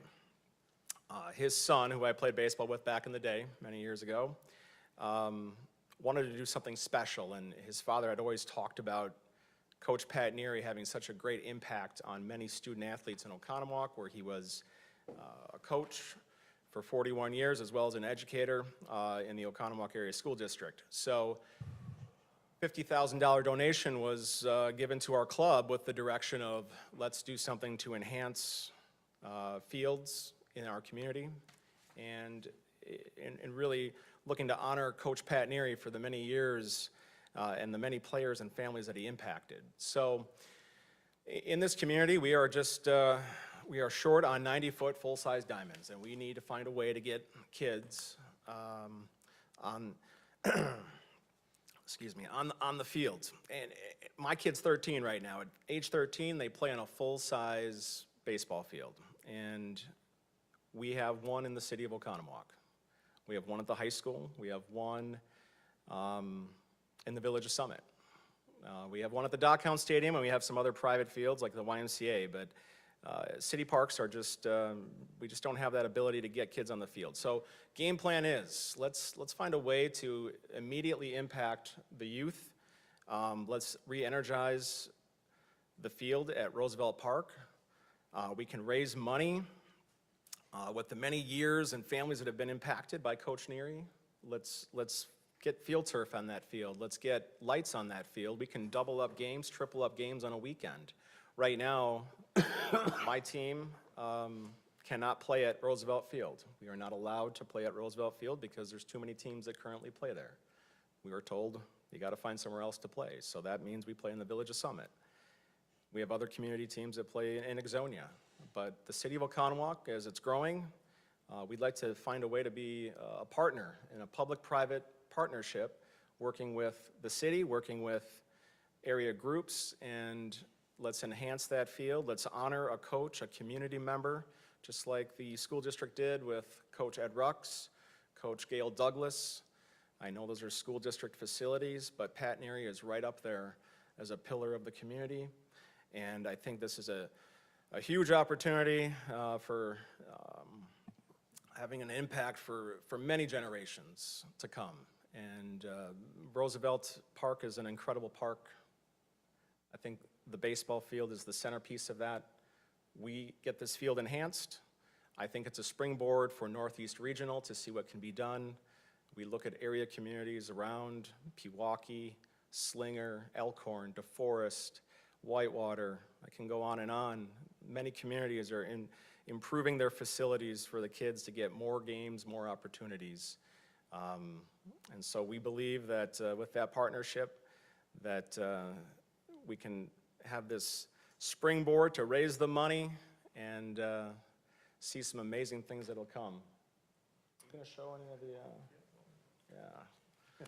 So the hope is turf. Get turf on that field. If it rains, if it doesn't rain, if it's dry, we can minimize the impact on the city crew.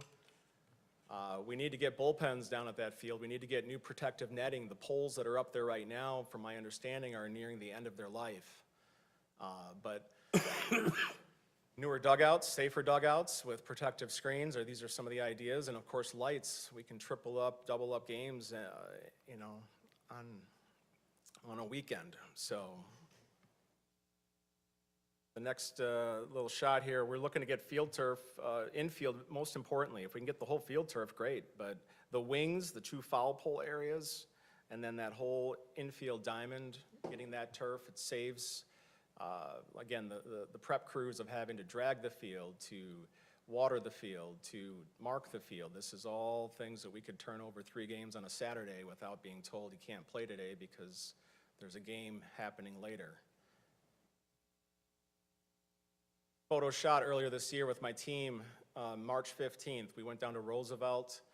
Field was a little mushy, kind of hard to see. You got to duck behind those poles. But if you go to Frame Park in Waukesha, that netting, that protective netting, is a clear, visible area to see, as well as a very safe netting system to protect foul balls from flying around. But we could have gone out to Frame Park in Waukesha on March 15th and played, but not in Oconomowoc. So I think with the growing city that we are in, I know there's some question about where that money goes, it might be left over. We could help find a way to partner up and spend some of those dollars that we're looking to find a place for. So thank you for your consideration on this renaming. I think really it could be a huge impact and a springboard, a leap to the next level of showing what the baseball community can do in partnership with the city. And if we are a true baseball community, which we keep hearing we are, let's show it with our facilities. Let's not have to look at the Villages Summit or elsewhere. Let's show it here in the city. Any questions, comments from the council? Any comments from you, Eric? No, I can just reiterate, I know, since I've been here, that the high school size, the 90-foot base fields are something that we really do need, so this would definitely fulfill a need. And when it comes to turf, he's right. When you have an infield turf, it allows so much more playability. Right now with Legion, when they have a game there, no one can use it before the game. With this, you can use it before and after.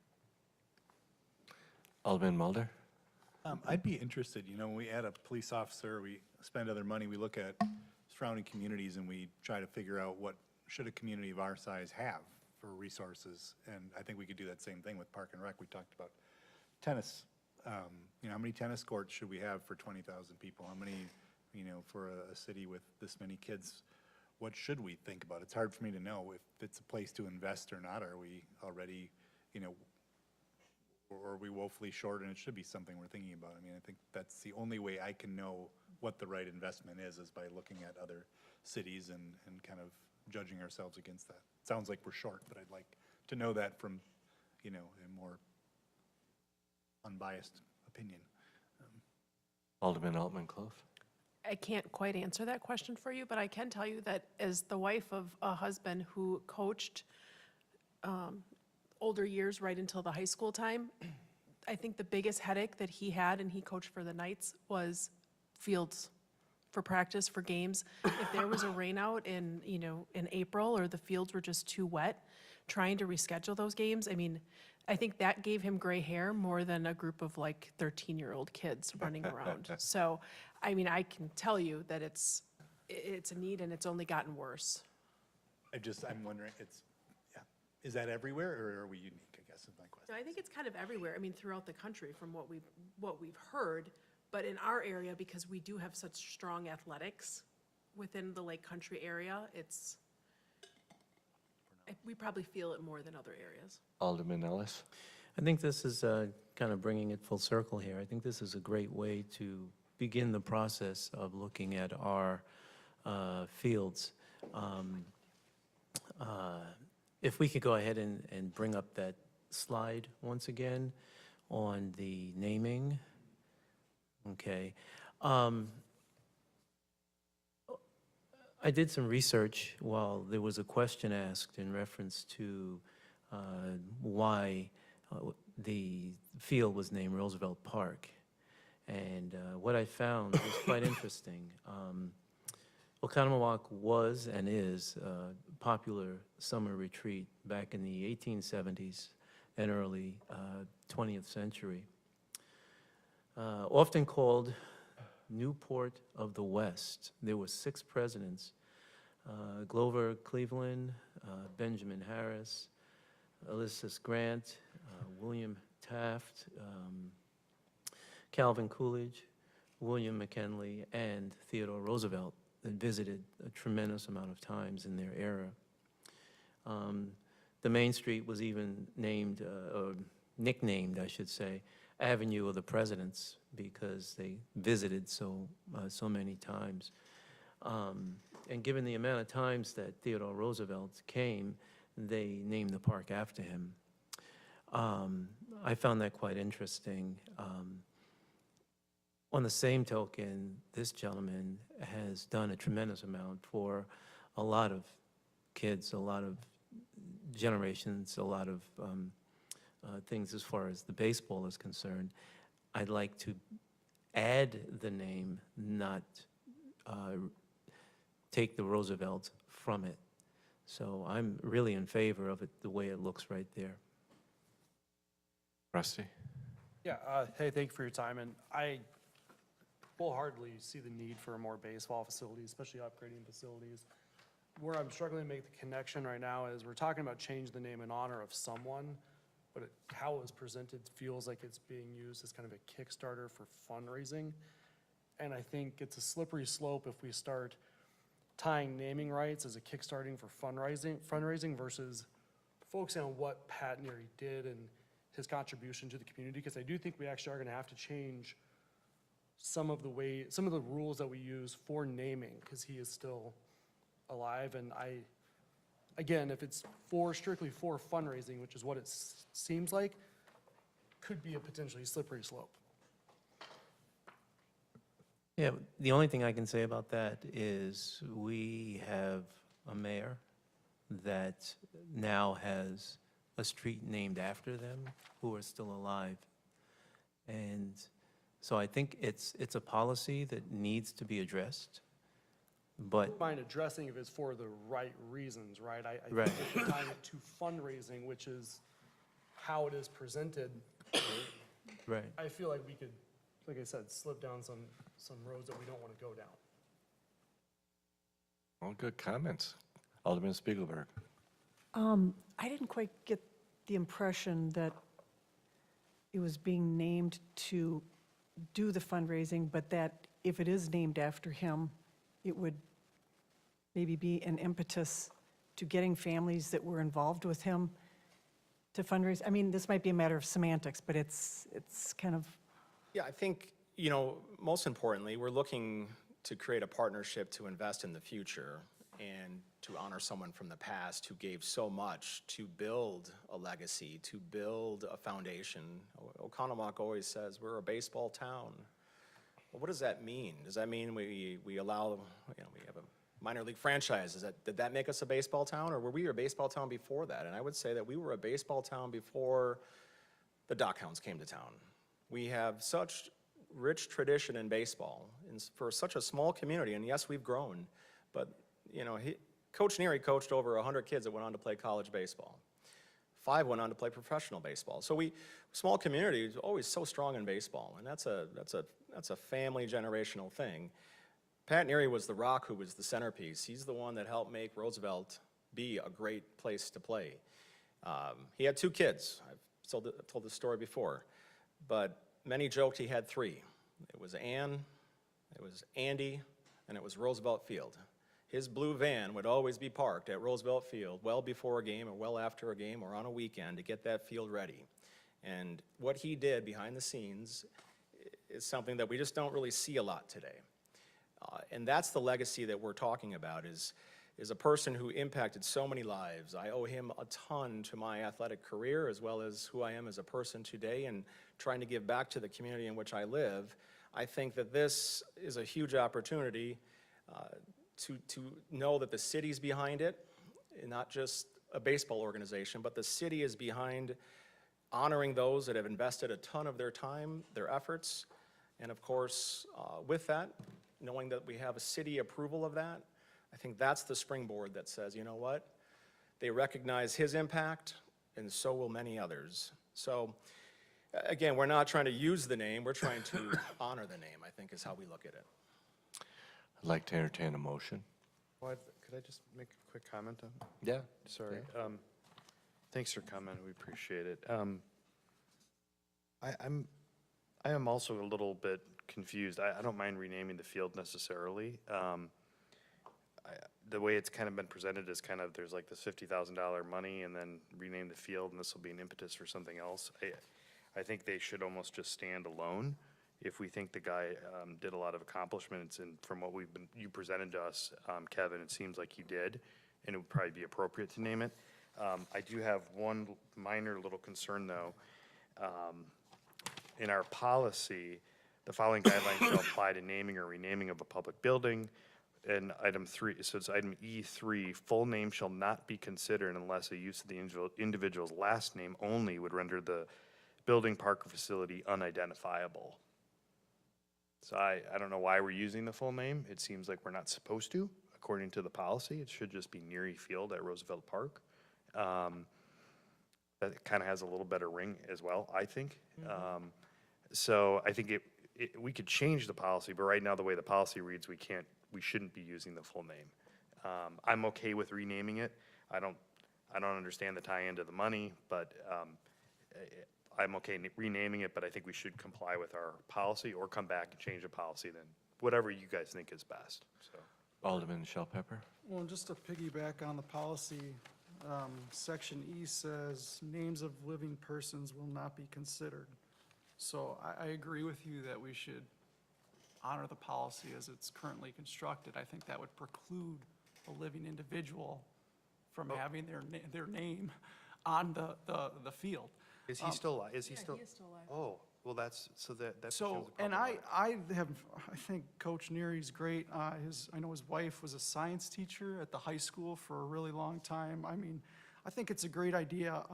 I'm hesitant to do the name change, number one, because of the policy. Not that we can't change the policy, but it was established what I think was probably for a good reason. And then number two, I'm concerned about the precedent sets, like Rusty said. And then like I had said in the committee hearing, I mean, Roosevelt is a pretty significant name. I'm loath to change that name as well, just based on what it means to our country.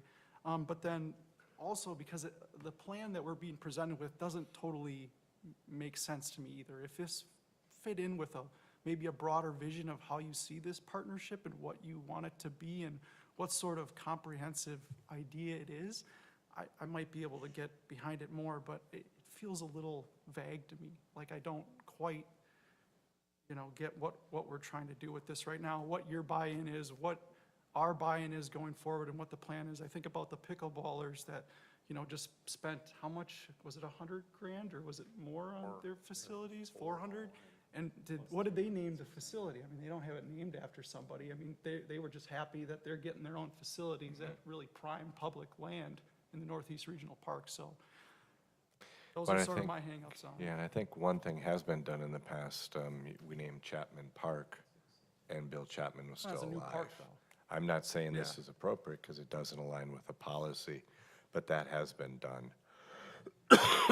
Alderman Spielberg? Would it be helpful if we table this or postpone this so that we can get some more information on this before we make a good decision? Okay. I'm completely in favor of that. And so we could talk about changing the policy then, Yeah. if we want to do that, or whatever those exceptions would be. That sounds Before, good. because I don't think we should take a vote that's directly opposite of Right. our policy. I'm a little troubled that our Park and Rec Board did. I mean, they probably helped draft this policy and they just ignored it, so. Well, supposedly it's a staff policy, right, Mark? I Yeah. mean, that was Oh, pretty, is it? so. Yeah. Oh, okay. So would we like to postpone this to a time certain, or do we want to table it and then keep in communication with Kevin? What I would, Table. yeah, what I would suggest is table to another time. But then if you can work directly with Eric in trying to answer some of the questions that you're hearing from us today. I'm sorry, I'm under the weather, I can't speak too well. Do you understand, or do you have any questions for us? No, I'll continue to work with Eric, and I think that, part of this is to say, public-private partnerships have worked in the past, and we're trying to be proponents of enhancing fields and opportunities for kids to play baseball, and that's our goal. We also look at the opportunity to honor those that have been very impactful on the community in that. I'll continue to work with Eric, and we'll work to answer those questions. I think it's the question of what came first, the chicken or the egg. It's going to take money to do this, right? We understand that. Well, and I as think much as the- we're all very supportive of public-private partnerships. We're 100% spot on with this.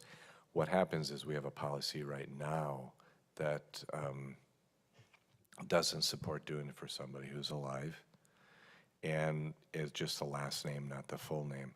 So what we can also do is we can also ask staff to work on a potential policy change if you want, for us to review. It doesn't mean we have to change it.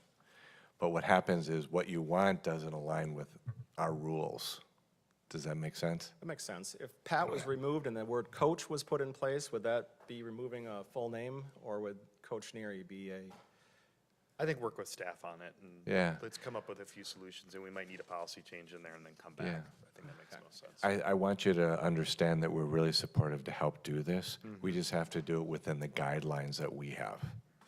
And if some of those guidelines need to be changed, Eric can work with staff and we can try to come up with a good solution. Does that sound reasonable to council and bring it back? Yeah, I'll make a motion then to table this. Second. All in favor? Aye. Opposed? Okay. Thank you. You bet. On to utilities. Consider act on Resolution 25R3289 for the Wisconsin DNR Compliance Maintenance Annual Report for the 2024 wastewater operations. A++. Mr. Reel. There you go, thank you. Yep, thank you, and thank you, Mayor and council members. Yeah, the item, many of you have probably seen this annually. It is we are required to provide this to the council. It is our annual compliance maintenance annual report, keeps saying annually. But it's essentially a report card, how the utility is not only operating, but how it's positioned financially with staff and other things like that. And we provide that as input to the DNR. It gives them a gauge on how we're doing. And it also really, I think more importantly, it is important to come in front of council and to begin that discussion. If there are questions, we can answer those and maybe start a bigger discussion if it's needed. Long story short, this is for 2024. We did receive, we had 4.0 or A's in all categories that the DNR is looking for. So that's the good news. And I did want to highlight a couple things in the report, just personally. I'm relatively new here yet, so I'm very thankful for the quality staff that we do have that have been put in place. The pride that they take and the work they do day to day, it shows through and assists us in getting the scores that we have here in front of you today. We did have one blemish in the report that people might note. We did have a chloride exceedance in March of 2024. It was slight. Our limit is 525 milligrams per liter. The value that we recorded in March was 543 milligrams per liter. So that was recorded. The DNR is well aware of that. And I should note that we already did have another slight exceedance in 2025. So when I'm back here next year, I'll be given that same thing. Chlorides is a tough one to chase. Another thing I noted as part of the report, just some comments, is that we will be actively transitioning from more proactive state of how we operate some things to being more proactive and with maintenance and equipment aging and things like that, just so we aren't chasing fires, so we kind of can stay ahead of those things. So that's certainly one of our larger goals. And I did highlight too, in 2024, we did treat 960 million gallons of water that ran through the plant. And I think to put that back out into the environment for recreating in a positive, bacteria-free manner is a good thing to put an exclamation point on. So just looking for approval of that resolution for submittal to the DNR. And of course, if there's any questions. Any questions for Tim? Like to entertain a motion, please? So moved. Second. Any further discussions or comments? Call roll, please. Alderman Ellis. Aye. Alderman Spiegelberg. Aye. Alderman Mulder. Aye. Alderman Shellpepper. Aye. Alderman McConnell. Aye. Alderman Youngworth. Aye. Alderman Rosick. Aye. Alderman Altman Cloth. Aye. On to consider act on resolution 25-R3292 for the Lapham Street utility relocations at a cost for valve installation. Tim. Yes, this item is for the addition of a 20-inch valve to the Lapham Street Bridge utility relocation project. So I just wanted to be clear, this is for a change in the project scope. This is not for a contingency item with the existing contract. That is because the original focus of the project was just to relocate the utilities. It wasn't to add infrastructure, and that's what we're doing here now. So I just wanted to clarify that. Just some brief background. I did put an image up here if people were interested in seeing the location over there in Lapham. The Juneau lift station that's shown there, that was added in 2004.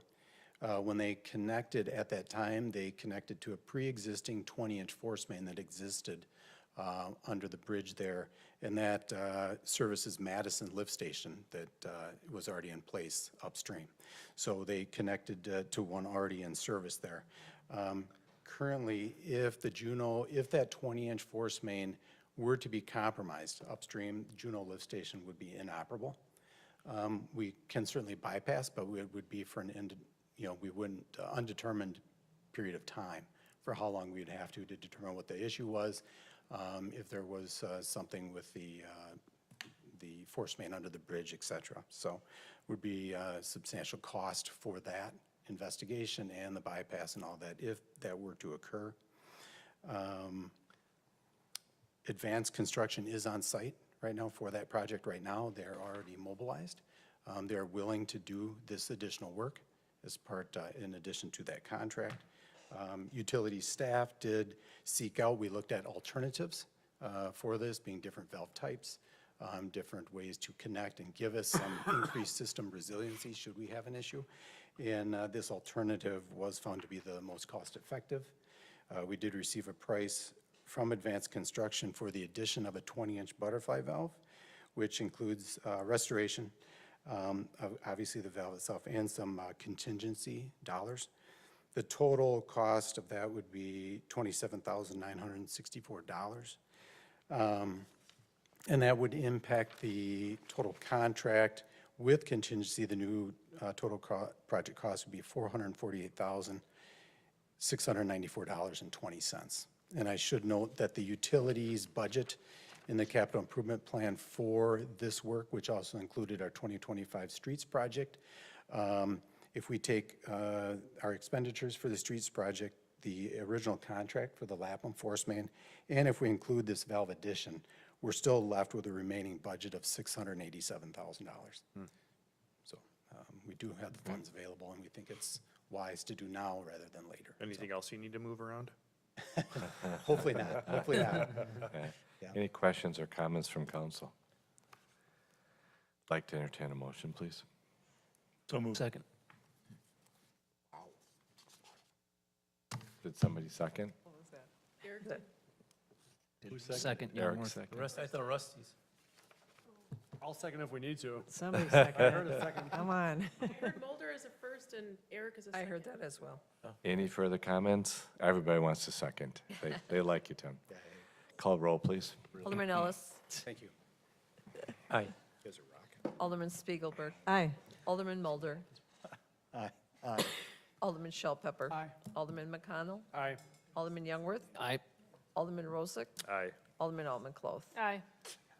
Next up is a Plan Commission item. Consider act on the conditional use permit for Lutheran Social Services for a community living arrangement with 9 or more residents located at 1331 West Capitol Drive.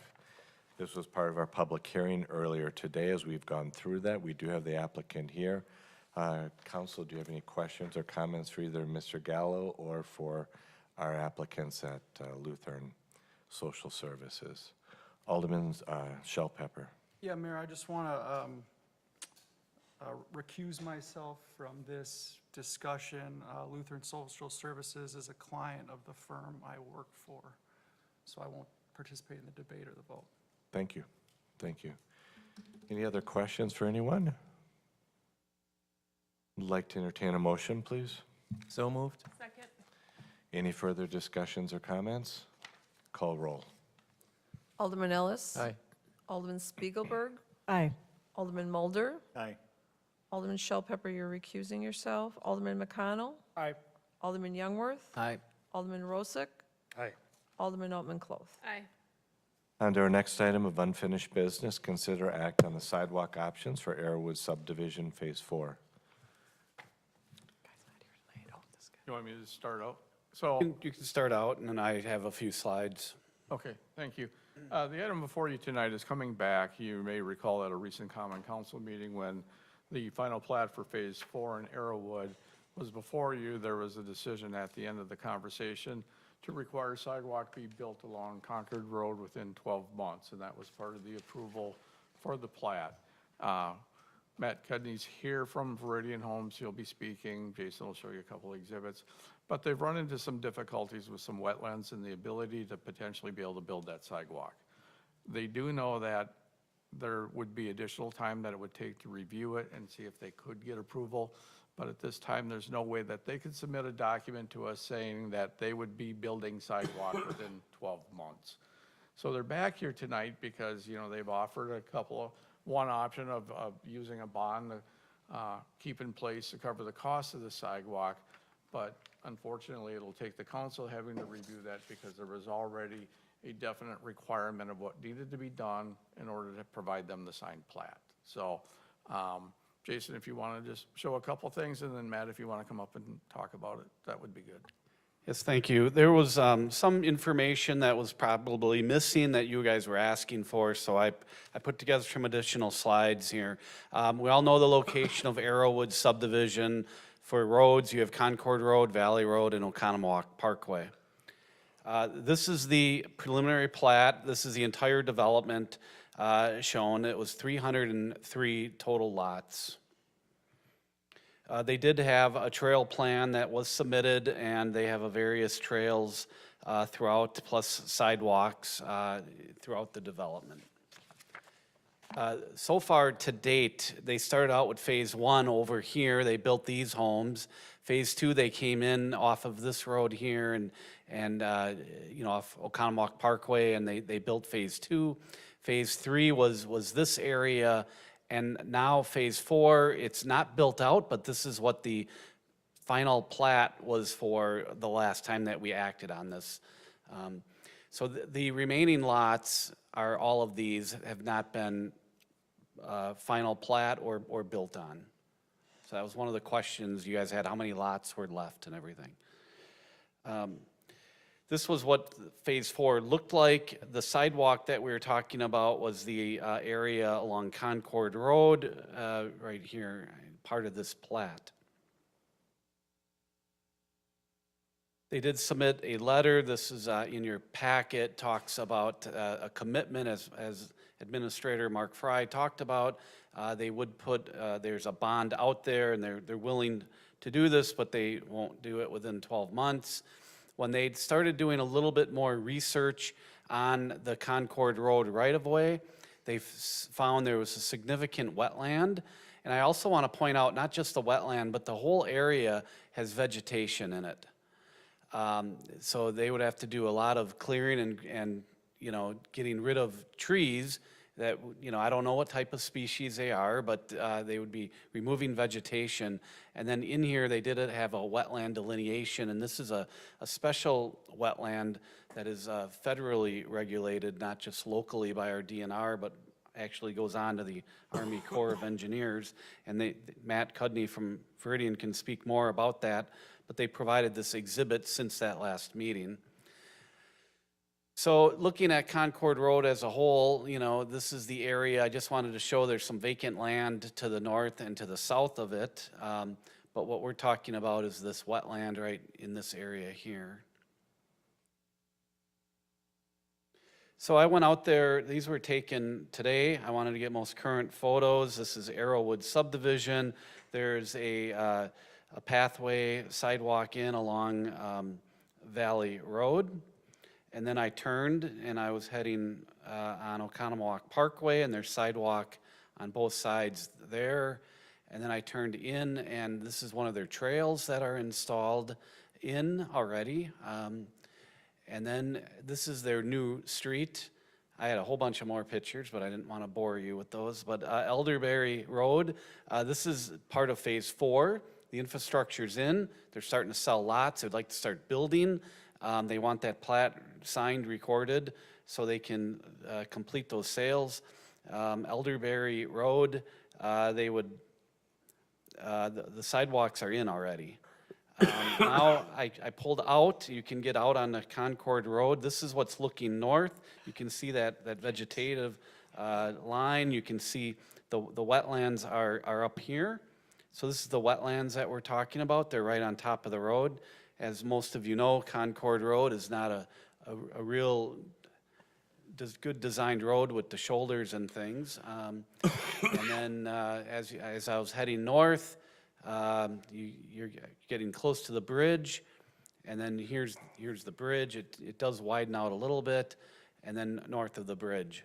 So what we comes down to is we have this exhibit, and we have you know, two options. The one is previously approved motion that you guys made and put a sidewalk in the right-of-way.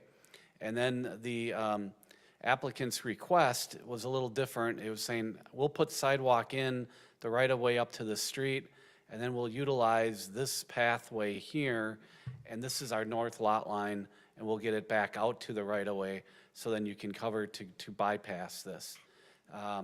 You know, when you do a study, you have to do an alternative analysis study, when you have wetlands, and they feel that, their consultants feel this would be the path that the permit would take them down anyway, but basically, we're asking you to act on the sidewalk option for Arrowwood Phase 4, and I'll save those slides if you need to refer back to them. I'll bring up, Matt Cudney put together some slides as well.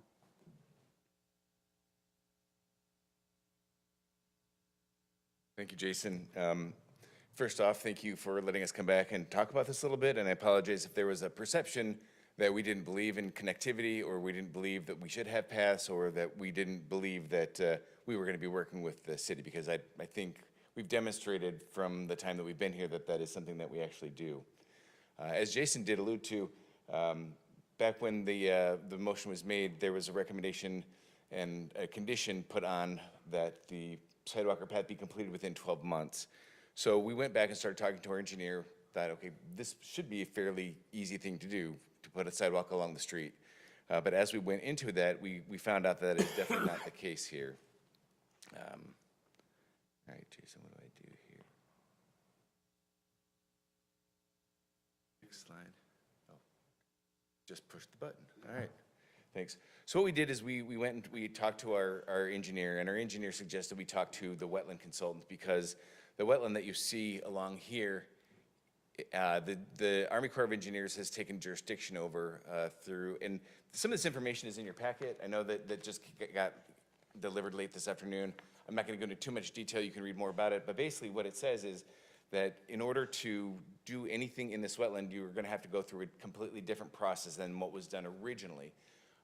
Many years ago, when the original wetland delineation was done and the wetland crossings were approved, it was done through a different process. Now that, because the Army Corps of Engineers has control over this, you would have to go what's called an individual permit, and the individual permit is what triggers an alternatives analysis. So in talking with our engineer and with our wetland consultant, they both feel that the alternatives analysis that would be required would include showing this potential connectivity that goes partially through the neighborhood. And they think, therefore, in the letter, it does say that they do not think that we would be successful in getting a permit from the federal government in terms of putting a sidewalk through that. We also reached out to the DOT for Waukesha County, who has jurisdiction over this road. They're indifferent to whether or not a trail is there or a sidewalk, but what they will require is they will require that there is an agreement that the city of Oconomowoc is responsible for the maintenance of that path or that sidewalk in the right-of-way.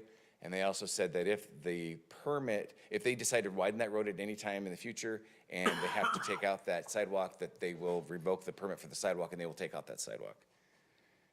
So what we've come to here is really just knowing that what we would like to do is provide that connectivity, but not being able to do that through Concord Road. We would like to go ahead and, as Jason kind of explained, we will be able to put it in Concord Road up into the southern part of where our entrance is now. Then we would have signage that would direct people through the neighborhood, east through here, north all the way up through here, and then west back out to the road here. That being said, this work also could not be done until we actually do all of the improvements for this particular, the different phases that we do, just because of the grading that you're going to be required to do, things that you're going to have to do in the right-of-way, that this will not be able to be done, again, within that 12 months. As Mr. Fry also indicated, and in the letter that you also have in your packet, we are more than willing to keep some funds set aside through our surety that we already have posted that would pay for all of this to make sure that as we move forward and develop this in phases, we would complete this work and the city would have assurances that this work would be completed. So that kind of in a nutshell is what it is. So I'm here to answer any questions that anybody may have. Mark, do you have any questions? You know, I don't have any questions, but really, you know, for the council's action tonight, one would be to decide if whether or not this alternate route would be sufficient for what we were looking to accomplish out there. And if that were the case, and then, make a motion towards that, and then they could have their plat signed. Or if you feel that, you want to hold out for something on Concord Road, we would have a bond in place. They could go through and do their analysis for any permitting, and they could go through that if the city feels that it's better for the sidewalk to be out in that right of way. So, a couple things to consider. Alderman Spiegelberg? I like this option because I think it's wiser and definitely more safe than walking along Concord where there's not much shoulder and not much median. And as Jason pointed out in some of those photos too, you can see there's a lot of different grade change, even directly within that right-of-way itself even. And so, and then also, I think this also shows the county also required that the sidewalk could not be any closer than 20 feet from the center line, and that's shown on this line right through here. So, as Jason also said, you would take out most of the trees that are on here, and there is a lot of significant grading that would have to take place in this area. Alderman Ellis? Yeah, I also like that, the new path. This way we're not killing any trees or anything along those lines, so I do kind of like that. Just a second. Rusty? Yeah, obviously, if the proposed sidewalk was gonna go through wetland, I do understand we probably should reconsider. A little bit of history question for you probably. It does look like there are two wetlands that were perceivably once connected, unless you got incredibly lucky with that road. Nope. So it does seem like you already have gone through wetlands at one point for this project? That is correct. Before we purchased the property, the Seatmans had this under contract, and they went through and got the wetland delineation done, and they also got the fill permits for those crossings. There are a couple of different crossings elsewhere in the neighborhood, and all of those fill permits were received at that time. So when we purchased the property, when we go through over there, we don't have to do anything. They've already done the work to cross that wetland. So those impacts have already been realized and completed years ago. Alderman Rozak? Yeah, the photos that Jason showed us, Matt, showed Elderberry Road that already has sidewalks on both sides. Were you guys not planning to do sidewalks on both sides of Long Hill, or were you gonna do sidewalks there anyway? We were planning on doing sidewalks on, I believe, one side of, I see. at least one side here to make sure it was in. Okay. Are you still gonna do sidewalks on the other side then? There are, I can't remember if they're planned on there or not, Jason. Are there? 'Cause I don't remember. I know that we calculated there's going to be about 6 miles of sidewalks and trails in here. Yeah, no, And the trails look good. And a lot of them are in already. We're about 50% in with our trails and about 43% in with our home sites. I mean, this option's fine. It really isn't gonna cost them much, 'cause if they were gonna put sidewalks on one side of this anyway, this was already gonna be something they would likely would have done in that phase, so this isn't really much of a give to us anyway. I honestly, because if they were gonna put sidewalk in anyway, I don't really care if we hold the bond, but we should, but we don't need it, because they were gonna put sidewalk along one side anyway. It would be great if it was on both sides, but I'm not gonna fly spec what you guys think is best for that community. And we would like to try and get this section of it in this fall. Okay. That would be the plan, is to do this as quickly as we could. Again, that would take some work with the city, working out the agreement with the county for the maintenance of that. Well, here's the other question.